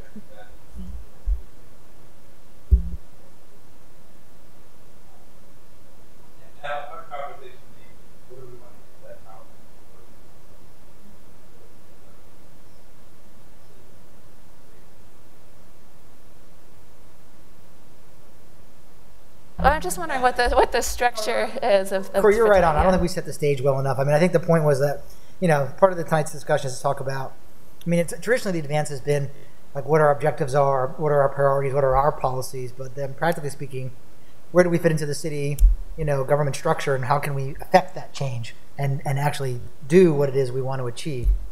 And we're a creature of, of statute. We have certain authority we have under city code, under state law, but I think this conversation is also getting to some of the things that are, there is some flexibility as far as our ability to be involved in the process. Maybe differently than we have been in the past. I mean, it's an interesting idea, and I think that's and actually, we were not the generator of the kind of town hall, whatever we're calling it now, that concept, right, Paul? I mean, that came from. We had talked about it. I don't know. That came from staff. I don't know. Was that us? I don't want to say who. I don't know who it was, but we I don't know. We had talked generally about things like that, but I don't know if we I don't know. So there's what is to say. There seemed to be broad-based support, to at least try that. Boards and commission members have said they've really appreciated the ability to get involved early and know what's going on. I think a lot of times they felt like they were almost like a sequestered jury. They'd be like, well, I guess we can't talk about it. It hasn't been referred out yet. So it has been positive in terms of getting folks familiar. So I think that's been positive. The one thing to throw out, sort of, what are we working on? One exercise we've done in years past is to give everyone sort of 5 minutes or something like that, just to write down sort of what are your top 3 priorities. We used to do it with note cards and flip charts and all that other stuff, but there might be a value in just a few minutes of everyone sort of quietly reflecting on sort of what do I think are the 3 most important things this year, and then that would give you all sort of a grounding for everyone to maybe talk about those things. I don't know if that's what the group wants to do. That sounds good to me. I was looking past and our past meeting agendas. I don't think we ever, maybe I just couldn't find it. Also, last year was a strange year. In prior years, certainly in 2019, we sort of had like a nice monthly work plan with like the different work streams that we were working on, and sort of the aspirational target for when we would tackle things, recognizing that projects will come up that we'll have to look at. So is the idea to return to that? Because I don't think we got that last year. Maybe so we that, tried. So I'm a big fan of work plans. That's part of my creative routine. I was, I don't know, just for me, I was really disappointed by the work plan that I look back on all the stuff that we had wanted to get done and then all the stuff that hadn't gotten done. And so one of the things I thought might be helpful is to sort of drive. So instead of the Planning Commission having a work plan and the CACT having a work plan and the AEB having a work plan and the council having, well, let's just have the council work plan. That they're sort of saying, well, hey, I want to, they're the ones spending the community's money. This is what they want to get done with it.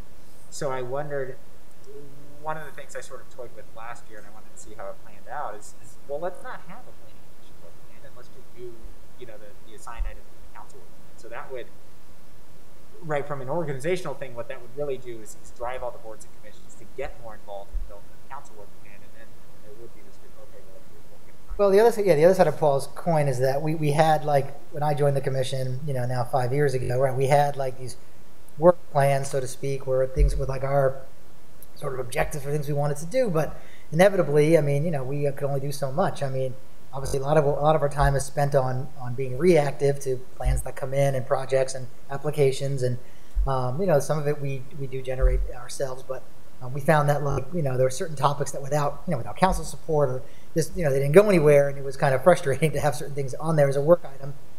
It created like the semblance of like, well, we could just do this, but we really couldn't.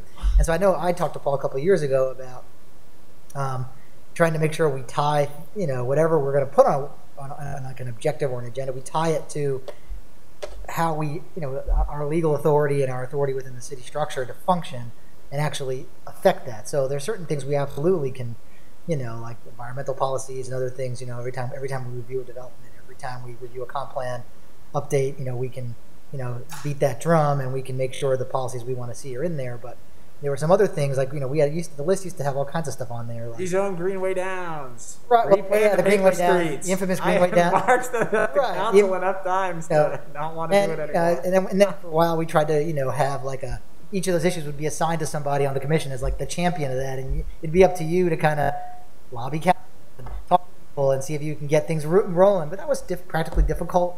I found that was really hard to, because some things just weren't going anywhere. Like Greenway Downs was kind of, had died. It had a moment of twice. It had a moment where it almost made it, and then it stalled out, and then it kind of. Would another approach would that possibly be that we kind of collect our thoughts here this evening on things that that we think are important, and then just keep it as a list right now, and then share that with council, and kind of get some reaction there. So you can't guarantee anything, of course, but at least it would give us more of a feeling that we can put some resources into this, and that it won't be just dead out of the water, when we first, propose it. So that's one thought. Yeah, that's why the crosswalk is so important, right? So when you all said we want to know about housing, well, we went out and we got some speakers about housing. We added those to the speaker series. We did a couple staff reports on what could you do to amend single-family zoning to make it more inclusive.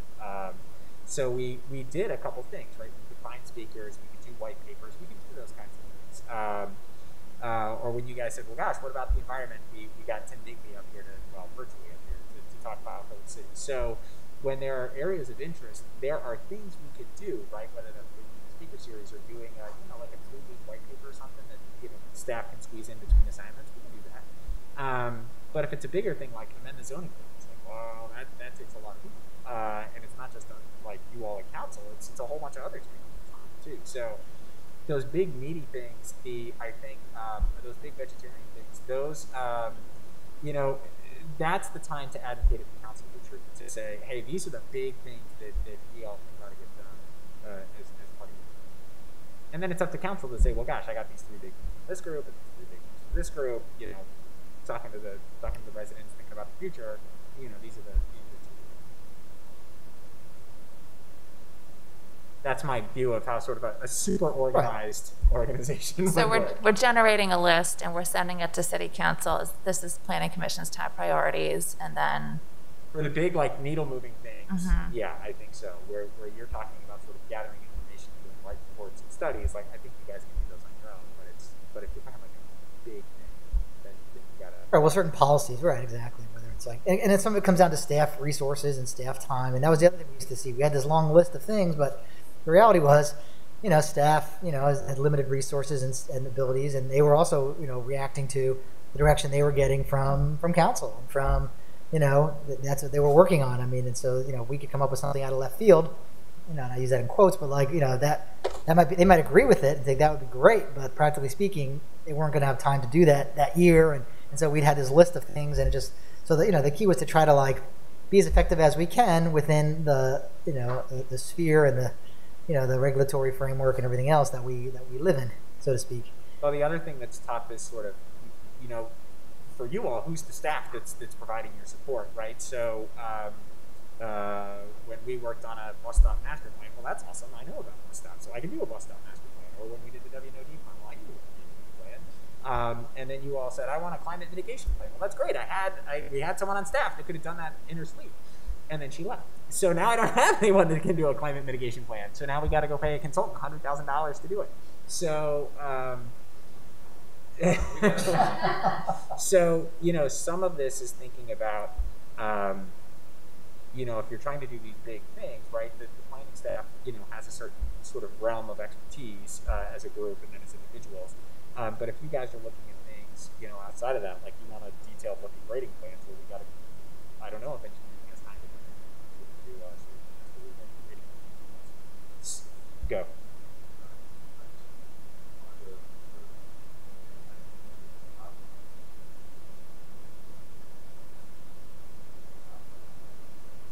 Yeah. Go for it.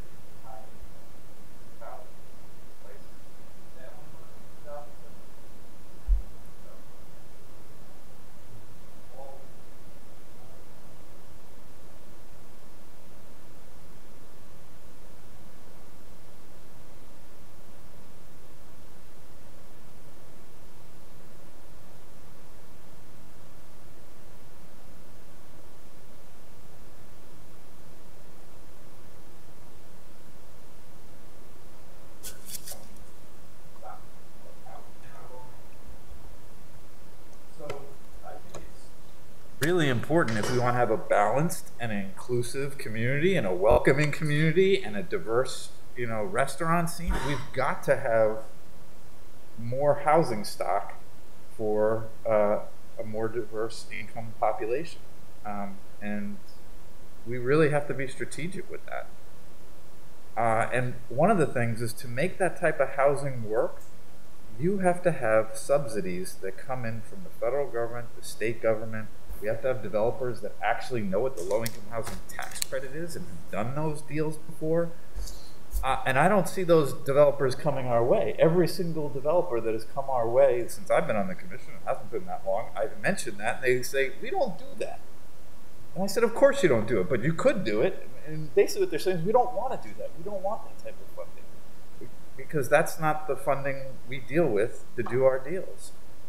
But if we actually care about developing a housing stock that is affordable, we need to signal to developers, you got to have this expertise if you want to do business here. We also have to have a staff. And Paul, I don't know your housing staff well enough, but I'm assuming most of them know the community development block grant real well and the home program. And in terms of developing finance and how to work with developers on complex affordable housing deals, it's very hard. This is what I teach. This is very difficult to do. I don't think we have the expertise in-house. So we've got to get that if we want to actually have those types of conversations with developers to do that type of work. So anyway, you guys already know this. I'm a big proponent of affordable housing. But when I really see the numbers about what's coming and has come to our town, it's like it's getting more homogenous. It's getting higher income. Maybe there are a lot of people that like that. I'm glad we have a lot of money. I'm glad my property value has gone up and I have equity in my home.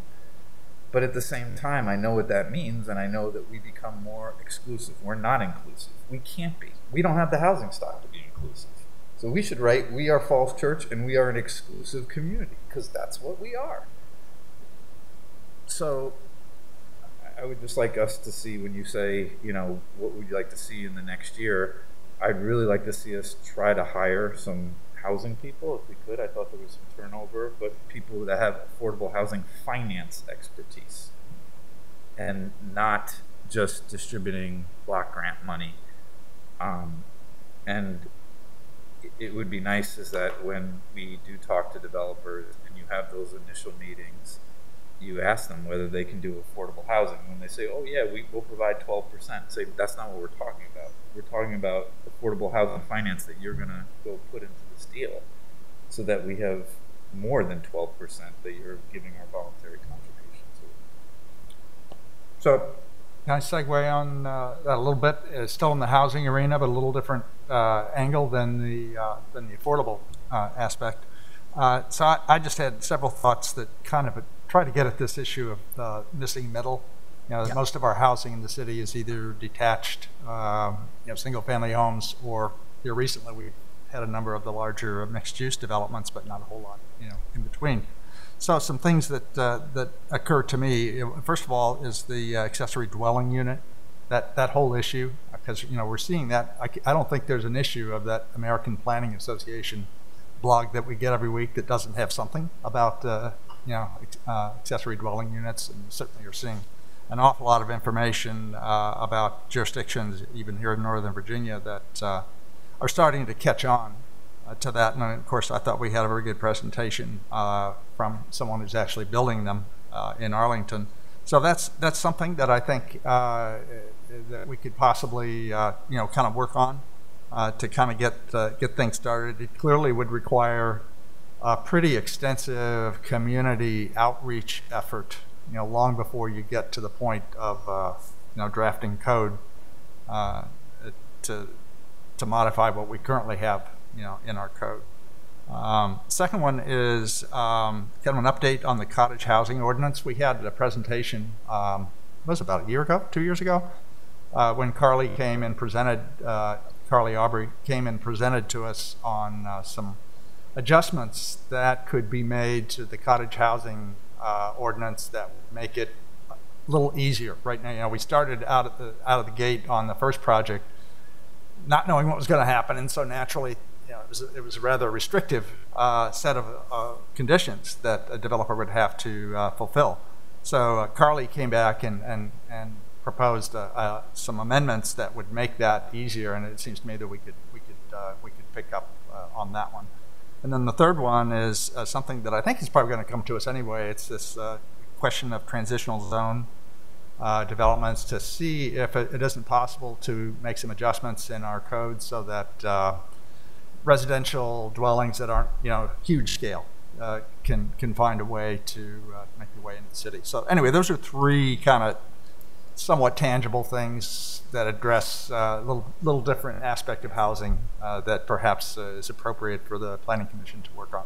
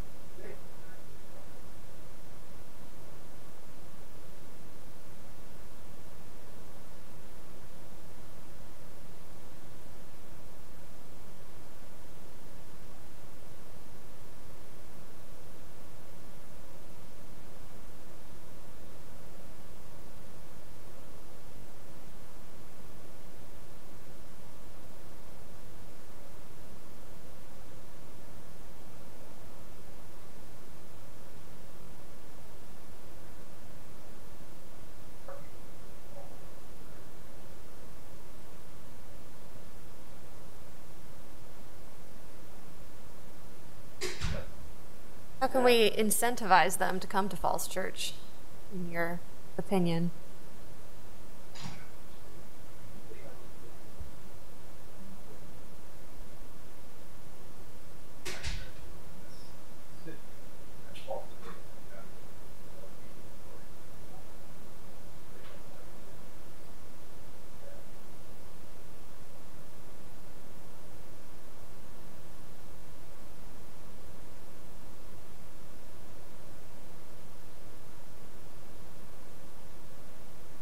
When they do the tax credit deal, it's not like they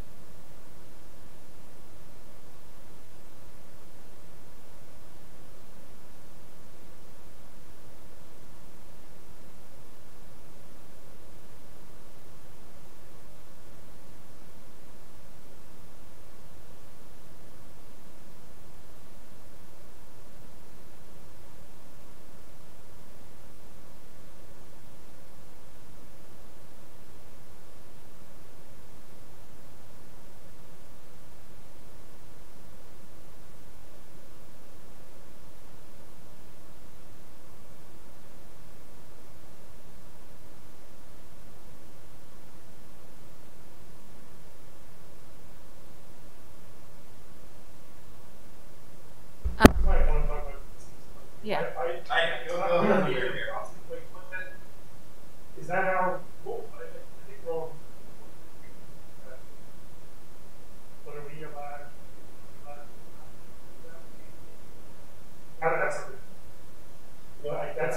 So I think, no. I would just chime in that I think part of this has to do with our secondary criteria and our development process. Like we don't have any density bonus the way our system is set up, right? So we can't send a clear signal that we're going to prioritize these things and we're going to make it worth your while. We'll provide some financial benefit to it because we just don't. We've got these squishy secondary criteria, and that's where we have. I mean, you asked the question earlier, what's our authority? Are we overstepping our bounds with voluntary concessions? And I don't think we have in the conversations, because it's we are in the role of providing a mandatory recommendation to City Council about special exceptions, and we're trying to determine if they're special. I can't remember what the exact term is, but they're special or exceptional if they meet all the primary criteria in some vague, politically, I don't mean politically correct by any stretch of the imagination, but politically acceptable set of secondary criteria, and there's no prioritization, and there's no incentivization. It's just very squishy, you know. So I've had a problem with our secondary criteria for a while. We made them a little bit better, but there's no kind of clear-cut decision-making process, and it's squishy. And I would like to see us change that. I don't know what the answer is, but I think that's part of the problem. I would say that sort of the place to change policy is not within sort of the scope of an application, right? So when someone's got an application in, you've got to evaluate them against the tests that are already on the books. You can't change the rules of the game while someone's in the process. You can, but it needs to be done explicitly, right? You have to go through a formal process to change it. Right. Right. Yeah, it's a little. You have more flexibility, right? And this is what Carly's chart gets at: is that you have more flexibility when they're asking for accommodations, right? So if someone says, "Hey, I want to replan this area from transitional to business," well, what does that mean? What's going to happen as a result of that? Then I'm going to rezone the property. Okay, well, what happens there? That was. It's funny. This is sort of an artifact. That, you know, people forget these stories over time, but I had worked with Kate Reich, the former city arborist, when Broad and Washington was going through the entitlement process. The reason they made a $20,000 contribution to the stormwater fund is because Kate and I had sort of worked it through that as part of the rezoning from T to B, the lot coverage was going to change from X to Y, and so that meant that there was going to be a loss of the tree canopy of Z, and the cost to replace that many trees was this many dollars. But if you sent it into the tree planting fund, then it wasn't really going to have the desired effect. So instead, it went to the stormwater fund, and that's why it was $20,000 for the stormwater fund. So it replaced the tree canopy and change in the zoning. But then everyone forgot that history. So now every developer since then just puts $20,000 into stormwater. But it used to have a very direct tie to the action being requested. And I want to make another connection to what I'm also seeing in voluntary concessions with climate. So another topic I want to get on our agenda. But the subtext of all of this is we can keep saying that these are priorities, because I think we've been saying housing and we've been saying climate. The question is, what are the levers? Like, how do we actually achieve? What's the actual plan? What are the mechanisms?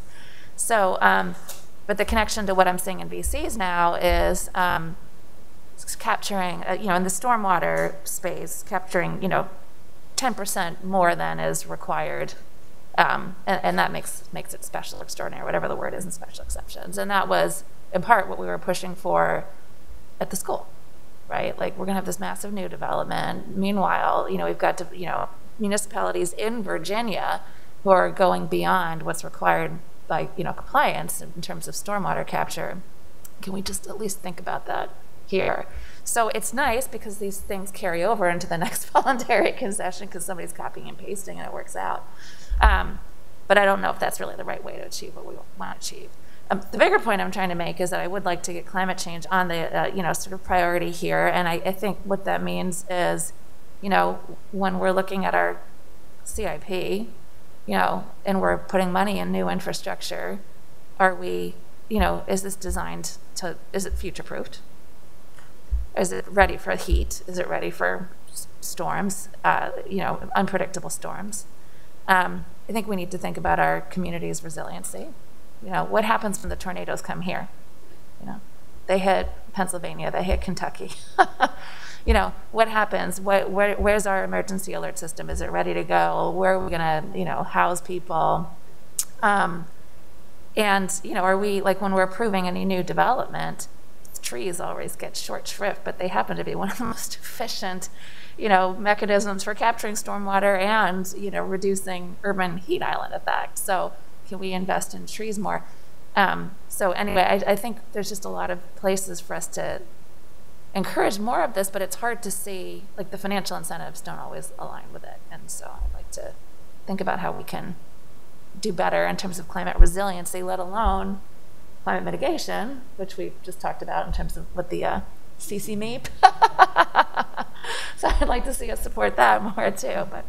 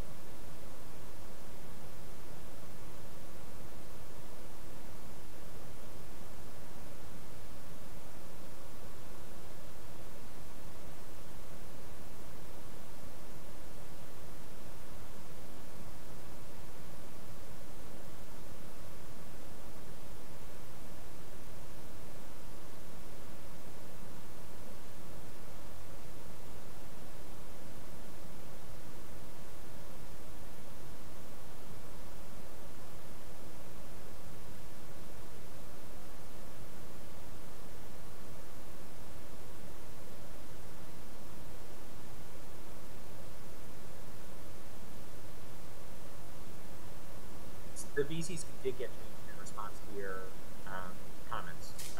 So they did redline the VCs in advance of recommendation. The one thing I'll just throw out there is something that's been sort of talked about but never actually got done, and that is to some extent standardizing VCs. Some of that could just be providing a standard structure, filling sort of blanks for folks to fill in, so that people could go back and make a comparison with often when you look at VCs. You're looking at page 3 here and page 8 there, and they said it this way here and that way there. Well, at least if you wrote it down, everyone would sort of know what to expect. The downside of that is that there are going to be winners with that, losers with that, right? The ESC was recently a big winner. They got exactly what they wanted. Vehicle charging, it's awesome. But what happens if the standard PCs come out and they say, we're going to give you $10, per unit for the library? Well, that's not going to make the library board very happy. So they're going to constantly go against the standard PCs. So there would be a value in standard PCs. Maybe it's more in the form of the PCs and less so in the substance, because I think, with any project, you might have a bigger need. You might have a bigger need for the park next door than a stormwater.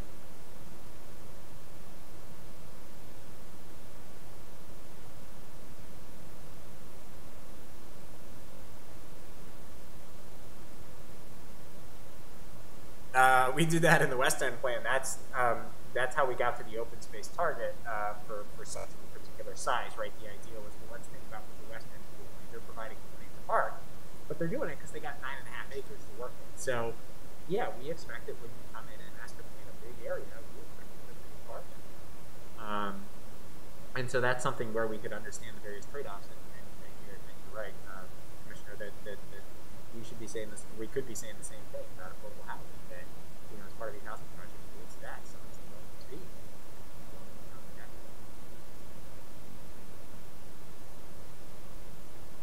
Go ahead.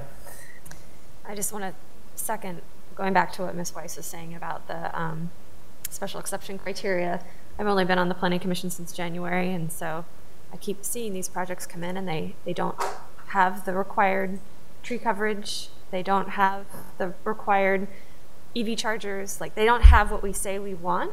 And I keep being confused about that because we say we want these things. Our boards and commissions say we want these things. This is part of our vision as a city. This is the kind of city we're trying to build.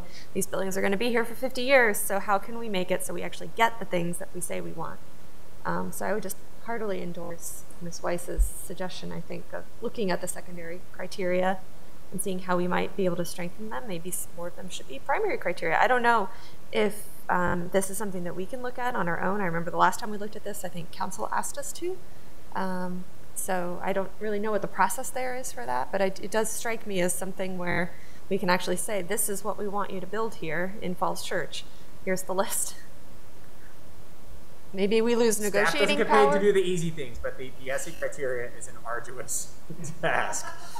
So I think if you were going to go into it, you would want to make sure you're going to get something going on there, right? It's just sort of like grammatical. That's not very valuable, and I don't think that's what we're talking about at all. No. I think it would be worth having somebody, from our team talk about how this FAR system certainly have their pluses, right? There's sort of a certainty about what you can get and what you're not going to get. They can have their negatives as well. They get sort of bound by this number. Gosh, it sure would have been nice to have that extra half floor. We would have done XYZ with it, but we're over our FAR targets. So it has pluses and minuses. So it'd be worth sort of exploring what the other side. It's kind of like everyone's got Euclidean zoning, and they say, "Gosh, wouldn't it be great if we had form-based code?" and they put one in Columbia Pike, and then they said, oh, we can't actually approve a grocery store because it doesn't fit the form-based code. So they had to do a carve out in the form-based code to allow a grocery store. So it's, you know, it's sort of a process of making these situations totally response about how it works. You might be able to use it simply. Even though it's not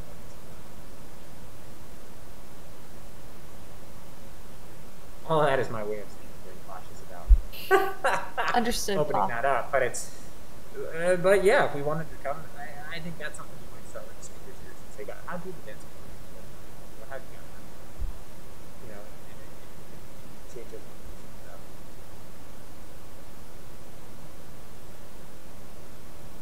There's multiple ways you can get at voluntary concessions. It seems like, you know, for example, the when Kate Walker came and spoke to us about the emissions reduction plan, they proposed elevating the low energy use intensity and sustainable construction to a primary criterion. So, you know, as part of that one, so I guess that'll probably work its way through, hopefully, comments from us and ultimate decision by council. So, sounds like it's possible to change those from. Oh yeah, it's all possible. The only reason I mentioned arduous is because the last time we did it, I think it was 9 months, and so it's, if that's what you take on, then that's what you do for 9 months, right? Do you want to update the T zones? Do you want to update ADUs? Do you want to update the criteria? Like it's a 9 month.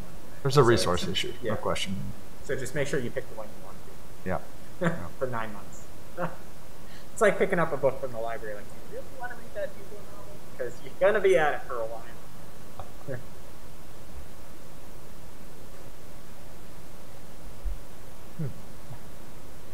Go ahead. One other, well, you and I had a conversation recently where we talked about how some of the sort of CPEDS projects, like, you know, don't really have a home in the CIP. And is that something that you think that we could sort of help advocate for? Elevating something to a CIP project is powerful because it makes it a line item in the budget, where otherwise something gets sort of shuffled inside of somebody's operating budget, and then is there really money there, or is there really not money there? You know, let's move it over here so we can spend it. Whereas a CIP project is something that's visible, it gets tracked, everybody can see it. And we did that with neighborhood traffic calming. So an individual neighborhood traffic calming project on its own isn't CIP eligible. You need to be $150,000. But as a program, NTC is eligible. So that's how we made it its own program in CIP. And I know you all were talking about housing when the deputy city manager was here being something that ought to be a CIP program. I think there's a value in making it visible and making it obvious, you know, how much money is or isn't in the affordable housing. And so, so I think there's a value in having things in the CIP. And then what you and I were talking about is sort of this idea that generally the CIP is very function-based. So there's a transportation function, a stormwater function. But if you want to say, well, what's the community development aspect of this? That can get lost when it gets pushed to sort of a function piece, right? So, we have, what is it, the 4 Mile Run restoration. So Virginia Tech had done a study for us on what would it take to restore 4 Mile Run to some sort of swimmable, fishable state, which you look at that and say, well, that's laughable. There's pollution actively pouring into the thing. It's going to swim in that. And it's not deep enough. Well, that's not the point. But the point is it clean enough to do those things? So they had done a study for that. We got it in the small area plan. We got it included in the CIP as an out-year project, and then we weren't able to go get grant funds. Staff and the new, stormwater team looked at it and they're like, 4 Mile Run, that's not in the watershed management plan, and they wanted to pitch it.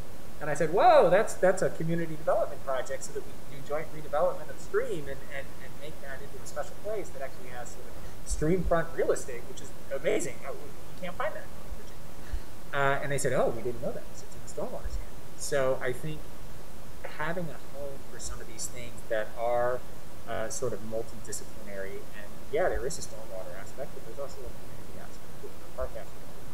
We always try to find a sort of single-purpose home in the CIP, and maybe that's not the right. It seems like there's a missing piece there. So one of the other topics we talked about, small business preservation. That's another one we talked about. Was sort of where in the budget do we have sort of business conservation and neighborhood conservation? So with, back to sort of the Westover example, where it was kind of a rundown place, and then there was money that the public put into brick sidewalks, and then they moved the library, and then they moved the park, and then they put in an overlay to protect the house next door. Like, there was a whole program of uses that went in, and then they said, no, we're not going to get rid of their street parking, even though it loads directly onto the street. We're actually going to strengthen it by putting in crosswalks and slowing everyone down so that you can use it. And so suddenly, it's hard to tell. Like, when you're in Westover, I don't know if you can tell the difference between the street and the stores, and I think that's by design, and I think that's well done in this place. They've gone to great things to actually erase that. And you can go to the post office, go to the library, go to the park. You can do all this stuff in Westover. It's a tiny little place on the map, but it's good. So, something like South Washington Street could benefit from something like a business conservation thing, where you go in, you clean up the signage, you clean up the businesses, you clean up the sidewalks, you provide for proper gateways and transition to the community areas. So you could really clean that up, and certainly Arlington is going to be doing that in a number of years because they've got the funds to spend on it. But and that doesn't really have a home at the moment in the CIP. No, I don't know where you would put it. Yeah. I think if you asked me to do it today, I would go to the EPA. Right. That would be the body that I would think of. Right. Actually, I think that's the only group that would have funds. Yeah. Our operating funds are $30,000. So we're not doing anything other than sort of buying paper, which is why I'm happy we went to the packages because I can't afford the printing. But there aren't a lot of where we have operating funds. They're very specific to operational needs in the city, and so I think there is an element of something like business conservation. So logistically, like if that were something that we wanted to advocate for, would we do that as part of the upcoming CIP cycle? I think that would be a good spot to do it. Yeah, from your crosswalk perspective, I think you could certainly signal that early in the council and say, hey, this is something we're thinking about, and we're thinking about it. We got a little bit of that when we mentioned Inside Social, but that was some heroics to get that street parking stripe and signed, and we had to find the money for it because nobody has money for striping. And so somebody's got to cough that up out of the budget. And they got to do something. They got to not do something that the council already directed them to do. So that's and something as big as affordable housing could fit into a bucket like that. Seems like kind of a mixed up kind of you got to bucket. figure out the rules around it because there are limits on what you can and can't do, and who can be an owner and who can be an operator, and so there are legal challenges. I mean, that's what got kicked our retail elevator on Kaiser out of the CIP for a year, and then we sort of got it back in. But there are tests for doing the CIP as well as the so you'd have to check the legal tests, but there should be a way to do something.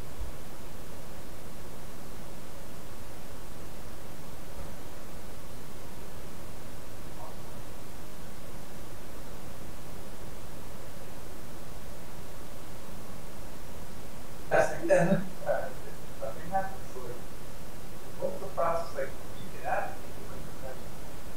We had to approve the CIP, right? You guys formally recommend the CIP to council. And so typically what happens is that your recommendation endorses, so it doesn't always happen this way, but usually what happens is that your recommendation is endorsing the sort of city manager's draft CIP, and then it goes together as a simple package. There have been years where you guys disagreed with particular items, and then the city manager brings both things forward and says, here's the city manager's recommendation, here's the recommendation. Or, usually the differences are pretty minor, and it says, here's the recommendation that the city manager is making, but here are the differences that the CC suggested. And so I think that's where I think that would be the formal mechanism. But I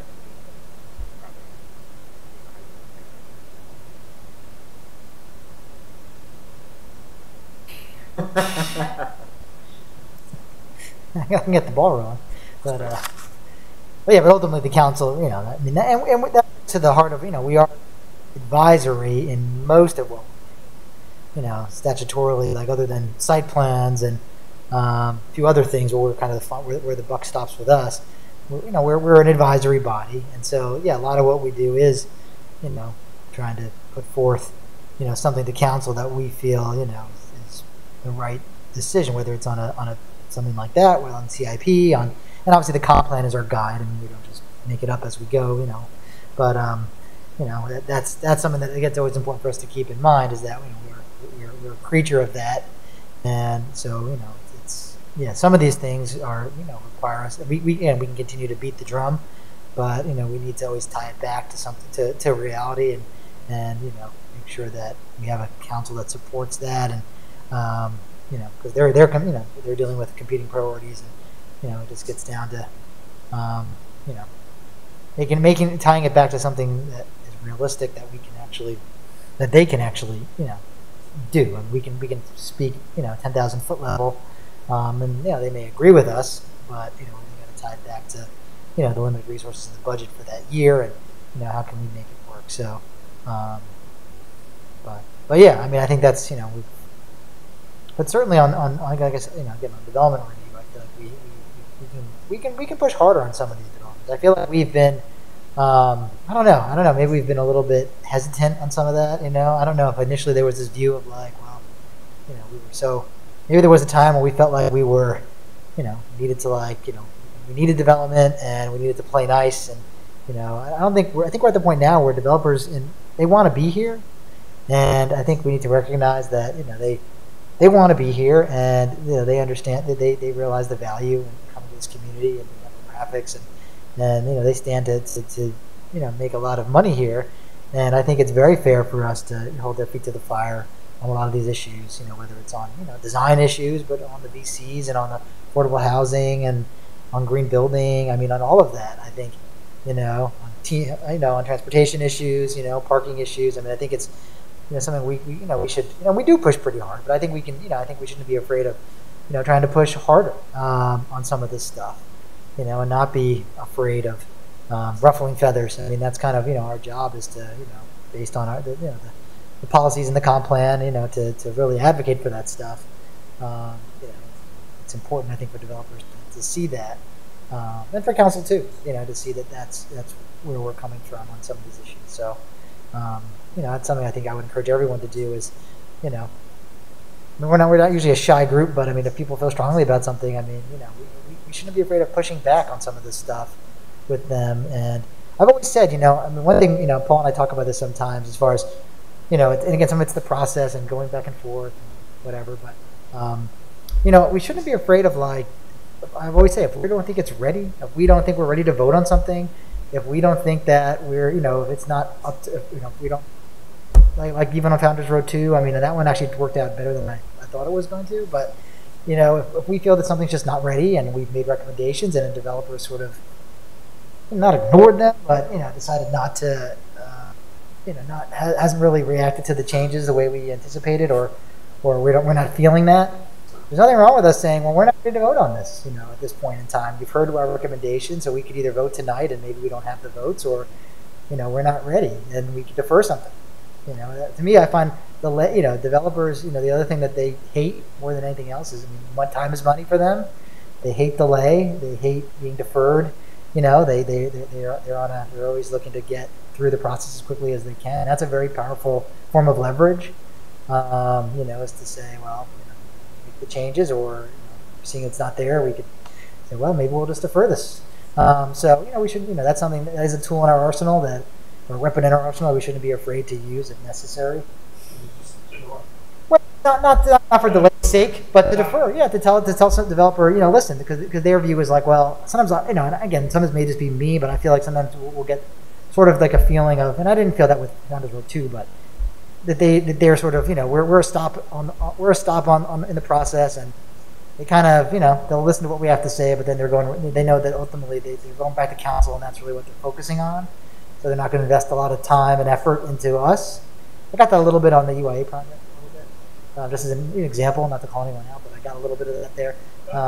So, you know, but I felt like, you know, that's one avenue where we do have some leverage. You know, if we feel like when, you know, they're not being responsive to issues we're raising, and, you know, legitimate issues, and, you know, saying we're not ready to vote because, you know, then you can't go back to council on some of this stuff, at least in some of the steps on the chain. They need recommendation. I know there's certain time frames. Paul can tell us that there are certain, like, you know, statutory, like, requirements as far as, you know, when we need to hear something. Otherwise, like, it's, you know, we can't definitely defer something, but we certainly can put things off, a month, a week, a couple weeks to our next meeting and slow things up. And again, I wouldn't do that just arbitrarily, but when we feel like it's not ready, that's something we should not be shy about doing.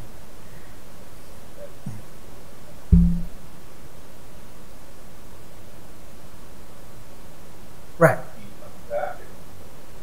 Right. Exactly. And it's like they haven't heard anything, so what they're expecting. And it's like, well, that's back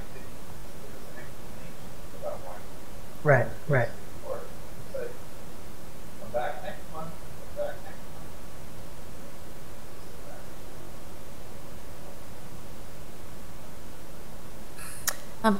next month. So I think it's easy, at least for me, conceptually, it's sort of easy to hold on to the big projects, the big special exceptions projects that come before us. But there's a lot of, development happening in other areas of the city, like single-family homes being redeveloped that have a significant impact on climate change, climate adaptability, and certainly housing availability and affordability. So I don't know. I mean, we can defer, we can vote no on special exceptions projects, but if the project doesn't come to us because the zoning is the zoning, the code is the code, and nobody wants to change it, then we can't do anything about it. I just want to, just bring us back to single family zoning. We brought it up before. It's hard. It's big, but it does seem like that's a place where we can affect some of these changes if we can engage in the right way, and I just don't know what that right way is yet. There was some interest, some council members have been vocalizing this recently as part of their council requests to get some legal research into what other jurisdictions are doing in terms of capturing stormwater, and how many acres can capture, how many acres can regulate capture of as part of rating plan. I think those are some functional changes you can make. It's interesting to see what the other states are doing. That in other states where they're getting at this, trying to tackle this issue of affordability and sort of the sort of exclusionary nature of single-family housing, which is 70% of the land area of its zone in just about any community. The way other states are tackling it is the state house is outlawing single-family zoning. I think there was an effort to try and do that in Virginia, and it didn't get very far. But in some ways, this is where sort of are people using the zoning power for the benefit of everybody, or is it the folks that are already there are using it for the benefit of themselves? So, and that's a tough conversation. Well, it's certainly a hot button issue. I mean, I don't think I ever heard zoning mentioned in a presidential election as much as I did in 2020. I don't think I'd ever heard it mentioned before. Yeah, right. but I think that unfortunately, a lot of there's a lot of misunderstanding and bad information about that issue. But I mean, that speaks to, again, the issue of ADUs and but I think the R1A, I mean, the bigger picture, and you mentioned the residential zone. I mean, I think the R1A and R1B, zoning has been, I don't want to call it the third rail, but it's been something I think people have been a little hesitant to tackle because it does affect everybody. And it's it's the kind of thing where everything from, things like, you talk about the homes that are built in stormwater, everything from, building coverage and lot coverage and some of our other requirements, and how that affects, what gets built and what's required. I mean, I think that's something that, we certainly could update our residential zones to, increase certain standards, whether, for by right development. It is, it does get controversial. You get a lot of folks that, obviously, you just are done with people's nest egg and their investments and their home, and you get a lot of passionate discussion on that. But certainly, I think even as part of like a wider discussion on ADUs, I think or missing middle housing, if not ADUs directly, but I think that's something that is worth tackling. I mean, even it may even be easier than ADUs to start talking about missing middle, and then that allows you to start looking at the R1A and R1B zoning. I mean, technically, we do allow, two-family homes. Now, it's not used very often because the requirements are difficult. There are very few lots that meet that standard. But I mean, that's something where we already allow it. There are a few examples around town. People, I'm sure, even recently constructed ones, folks may have noticed, and that's like an avenue for to begin. Because I agree, just tackling ADUs and tackling single family detached zoning, head on.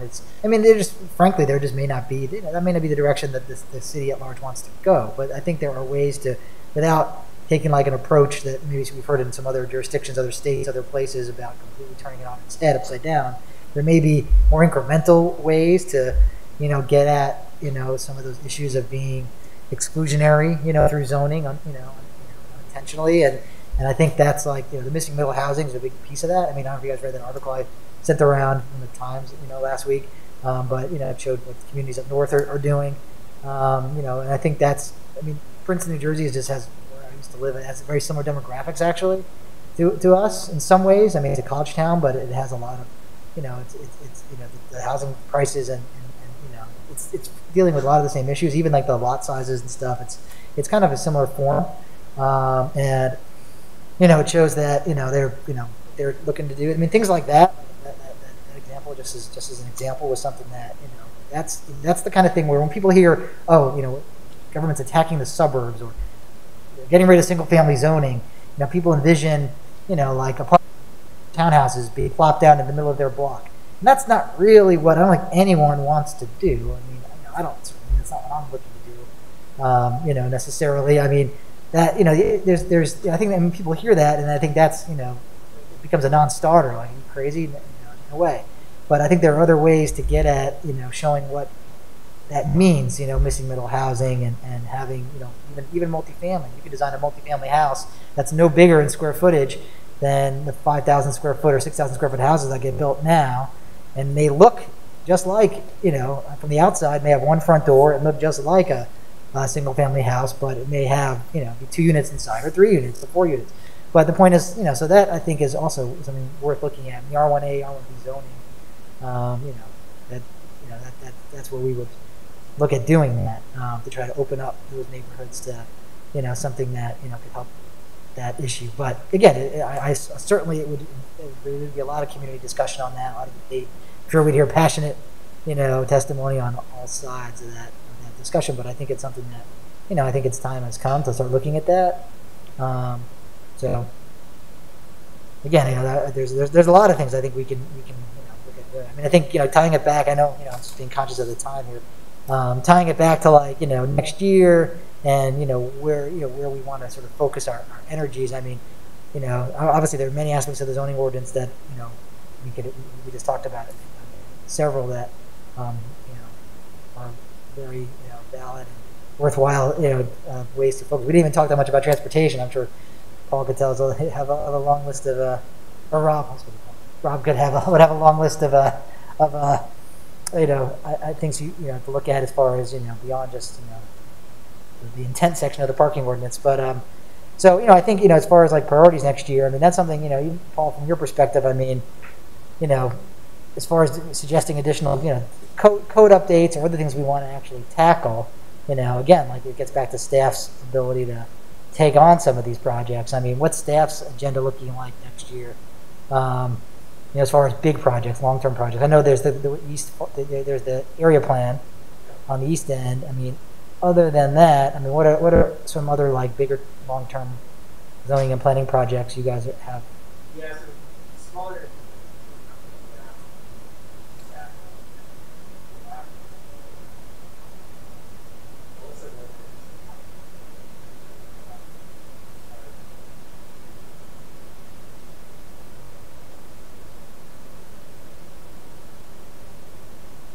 Assuming I was adopted, all of the young folks.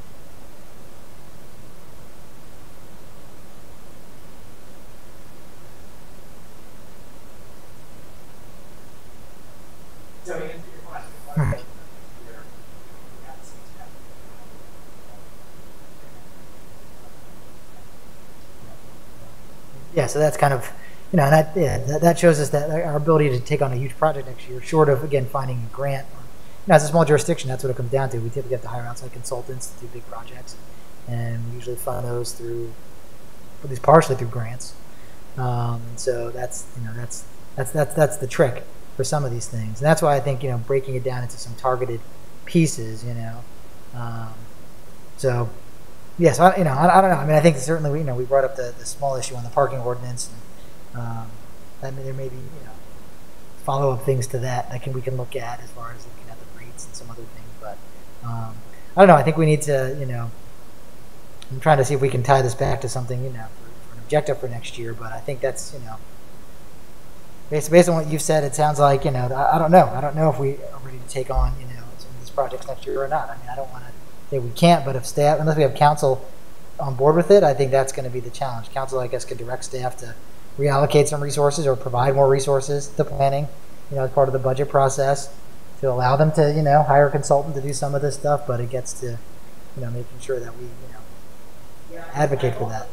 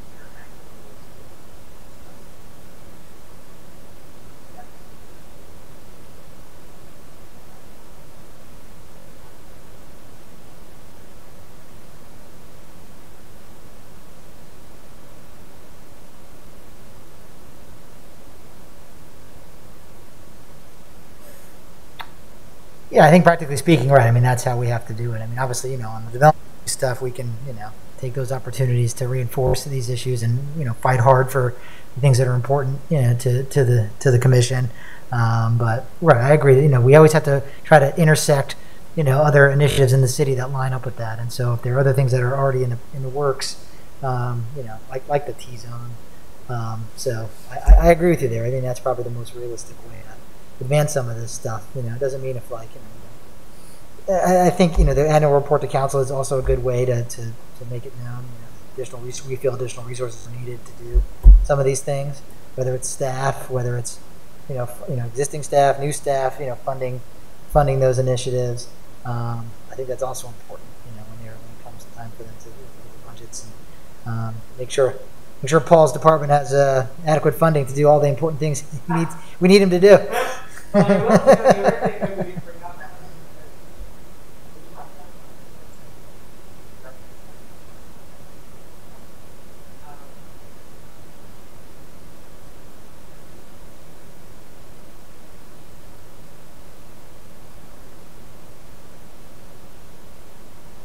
I will say they're better in person than they are on Teams, just because when you start getting like that beep on Teams, you don't even know who everybody is. You don't know, you can't tell. We used to have some of them in person. Occasionally, I know when we had them in there, we'd have the AAB or other groups come. I think the transportation group came one time, and that was good. And that's good. We have to do them online. We have to do them online, but I think it's much more productive. If we're gonna do it in person.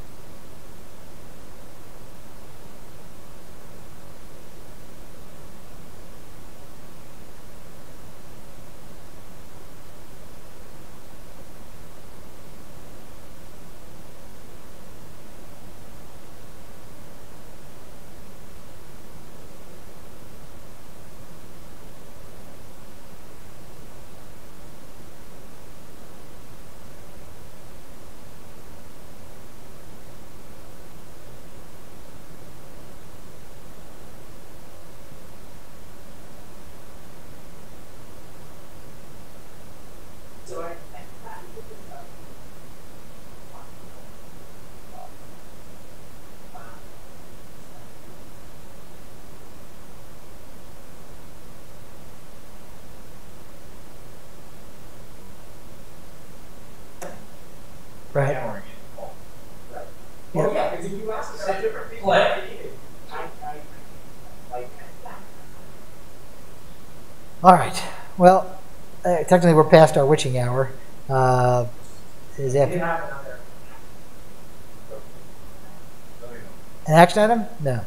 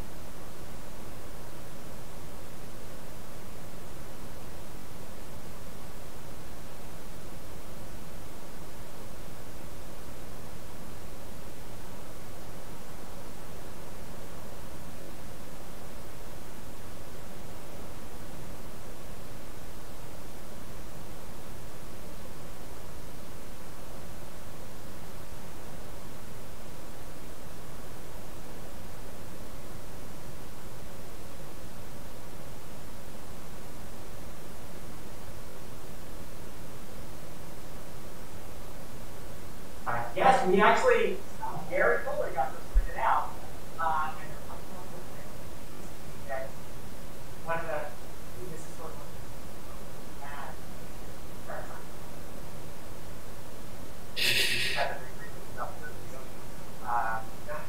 so but we have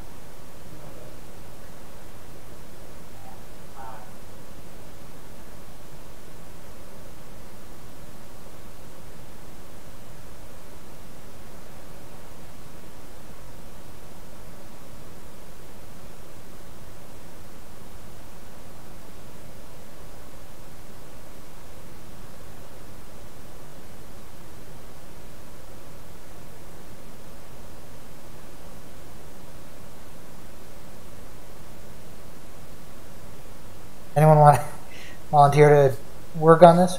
Should we assign Melissa because she's not here? as I tell my kids, you should volunteer each other.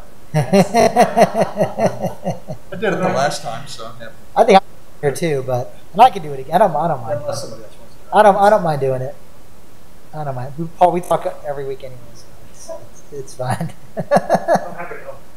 One thing I was wondering about here about the lead correspondence better. I know sunshine law. You're talking about is there other ways that forum, an online forum, it's really great ideas, but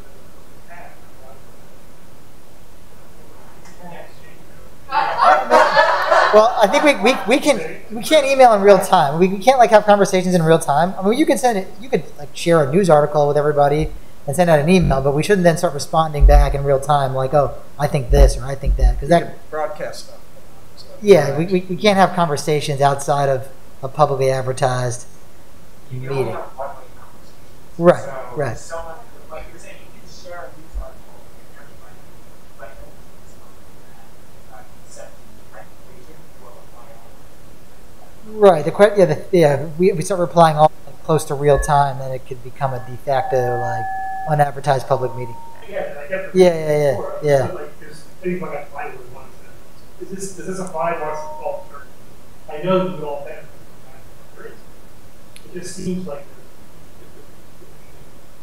there's not a way. I just don't know how. Well, Paul, can't you as staff disseminate stuff to us? Can't you go through Paul? Yeah, usually that's the same thing. Yeah. You guys are part of the same, but you have a fee, and then I.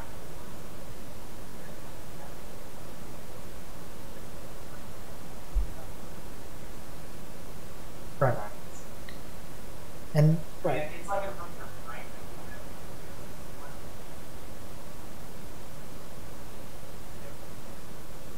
I don't know. There's any correlation between meeting volume.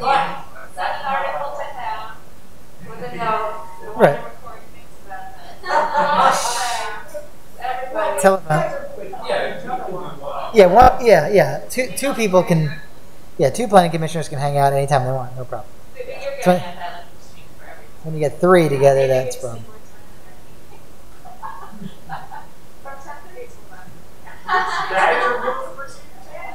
10:30. That meeting will happen over at Dogwood Tavern, I think. Starts at 10:30. There's no new tools and functions. Okay, that's what I'm Slack channels and all kinds of. No. Yeah, we can't. I can't even use Slack. I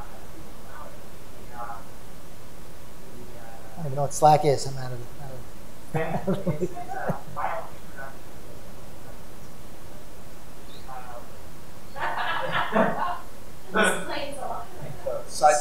Sidebar conversation. But no, you guys are all smart.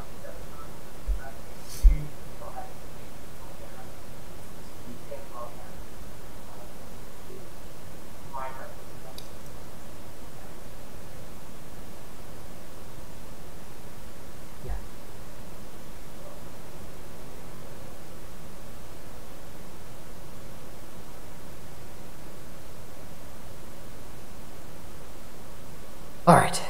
Is that? Well, wait a second.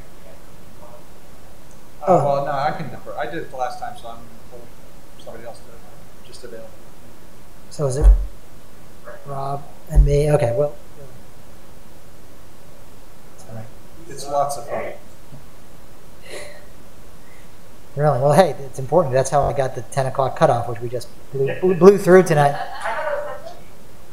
What it was? No, you're right. I think it's 10. What was it, 10 or 10:30? I forget. 10:30. It's 10:30. It's 10:30, and then we can vote to extend it. I know. I'm confusing it with the board I work with. It is good. We used to not have one. Miss Hockenberry was a fan of no cutoff ever. Just keep on going as long as we need to go. Well, listen, I'll tell you, the Fairfax County Planning Commission has been known to have meetings that go till 3 or 4 in the morning. I mean, every so often, they have no cutoff. They will go as long as they need to go. That's how it goes. Exactly. It's one meeting. You know, they have.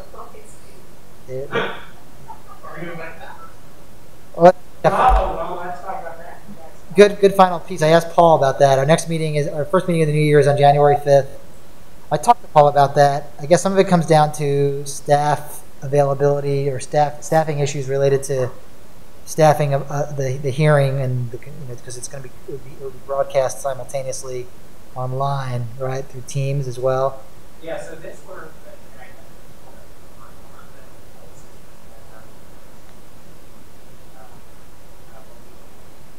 So we're using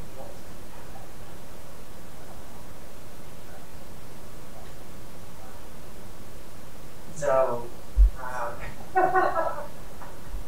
well, no, I mean, I don't know when the last time we did I started.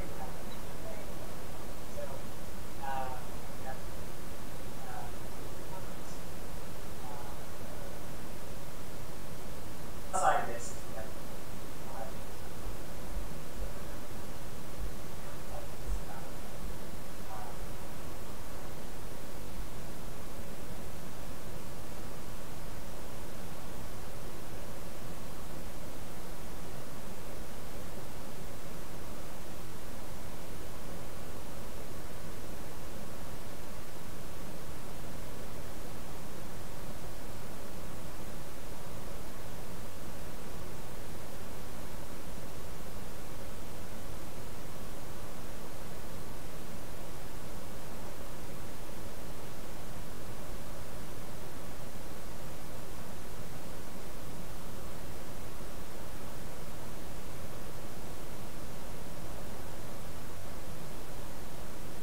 Certainly, I think the goal, I mean, I was just speaking for myself, I think the goal would be to get back to in-person meetings or hybrid meetings, where at least a quorum of the commission is assembled in person, next door here. I think that's the goal. I mean, I think, it's the way, I think it just government functions better that way. And I think, I'm also kind of burned out of the remote meetings, and if we have to do a few more, or if we have to do them as needed, so be it. But I think the goal is, so Paul and I have been talking about working towards that. I think staff's on the same page. We can work towards making that happen. I just don't know if it'll be ready for January 5th. But I think the goal would be to get back in person, as soon as we can, right, Paul? I mean, if it could be ready for the 5th, so be it, great. If not, maybe after that. So as long as everyone else sort of is on the same page with that, as long as people have major objections or concerns with that. One thing for me, I'm going to be teaching on Wednesdays, and I've been teaching on Wednesdays, but I've been a little late to most of the meetings. So for next semester, I teach again on Wednesdays from 5:30 to 8. So if they were at the same time in person, I would definitely be very late. But if possible, I could just Zoom in or do the meetings or the teams to be here. Now, Paul, if you have a quorum, individual members can participate remotely, right? And that there's a limit on how many you can do, right? Is that what it is?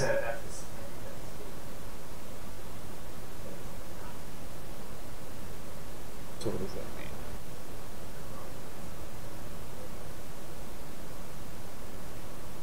Oh, but I'd be participating on all of them. I would. It's just if you're remote, you can only be remote so many times. Oh, like 25. You can only be remote a certain number. Now I understand.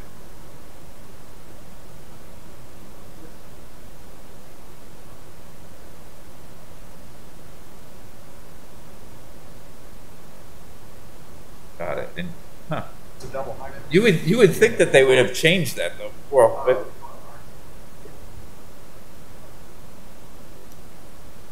yeah. Yeah.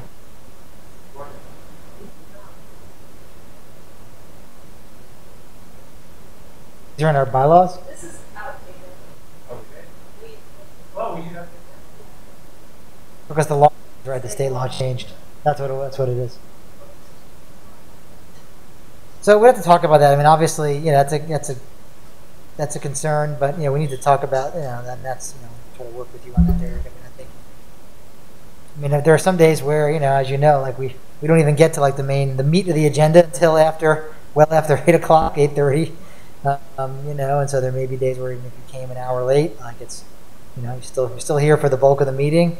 And I guess the semester just runs through May, so you're talking like January. Right. That's yeah. So we'll try to work with you on that. I'm here. We're not teaching. There's no teaching tonight, so I mean, yeah, and there'll be time for that. I don't want to be a Debbie Downer, but this Omicron thing, I'm just wondering what that's the thing. what is the guidance here? Because if I have to choose between me coming here and me sending my kids to school. Well, no, I hear you, and that's obviously like, you know, this has been a moving target since March of 2020, and so, you know, we've been reacting to the wider world and what goes on. So, you know, I mean, I've also tried to say, like, I'm also, as a commission, take our cues from council. You know, council, you know, I feel like should set the tone if they, you know, and feel that they can meet in person. That was always like my kind of signal that, okay, we could meet in person. You know, I wasn't going to, you know, go ahead of them, that's for sure. So if they're, you know, so I feel like, yeah, we'll have to look at what's going on. Who knows? The next couple weeks may be very telling in that respect. So I don't think we'll be ready for the 5th. Is kind of the short answer to the question. It sounds like based on the staff issues, I don't think we'll be ready for January 5th. So I guess we'll have to assume that that'll be as it was, as a Teams meeting. But you know, we'll take it as it comes after that, you know, and see how things go. You know, My preference just is like, let's get far enough past the winter break season when everybody's coming. Yeah, no, I hear you. Germs, and maybe think about beginning of February and just see how this thing Yeah, is we'll take it taken as off. like I said, I mean, you know, I can't, I'm not. The reality that we're all living in is something that we can't ignore, regardless of what anyone might prefer. So, I'm not unreasonable in that respect. I mean, you know, we've been doing it so long, we could certainly do a few more. But yeah, it makes sense. You know, I guess my view is I want to get back as soon as it makes sense. And I'm glad we were able to do this tonight. It was just a nice change of pace to see everyone, you know, in person for the first time in some cases. Like I don't think I've ever been in the same room with Andrea. I've always seen you online. I don't think I've ever been in the same room. Derek and I went out, you know, a couple weeks ago, but that was the first time I had ever met Derek. So like in person, you know, on the screen. So that was good. It's good. It's good. I heard about you guys. La Tingeria. Yeah, we'll start going to tacos. But anyway, all right. Well, so January 5th we'll plan to be still hybrid. Everyone can plan for that, and then we'll go from there and take it week by week, meeting by meeting, and see how it goes. So, all right. Well, it's 10:23. It's been a long night. Appreciate everyone coming out, and it was a good conversation. And just like I said, I just found it refreshing to just chat in person, and I think we did get some good ideas out of this, and some. Hopefully some idea of, you know, things that are important to us for next year. Yeah, I think it was good. So unless there's any final parting words of wisdom or thoughts of the group, I'll thank everybody again, and we'll call this meeting adjourned.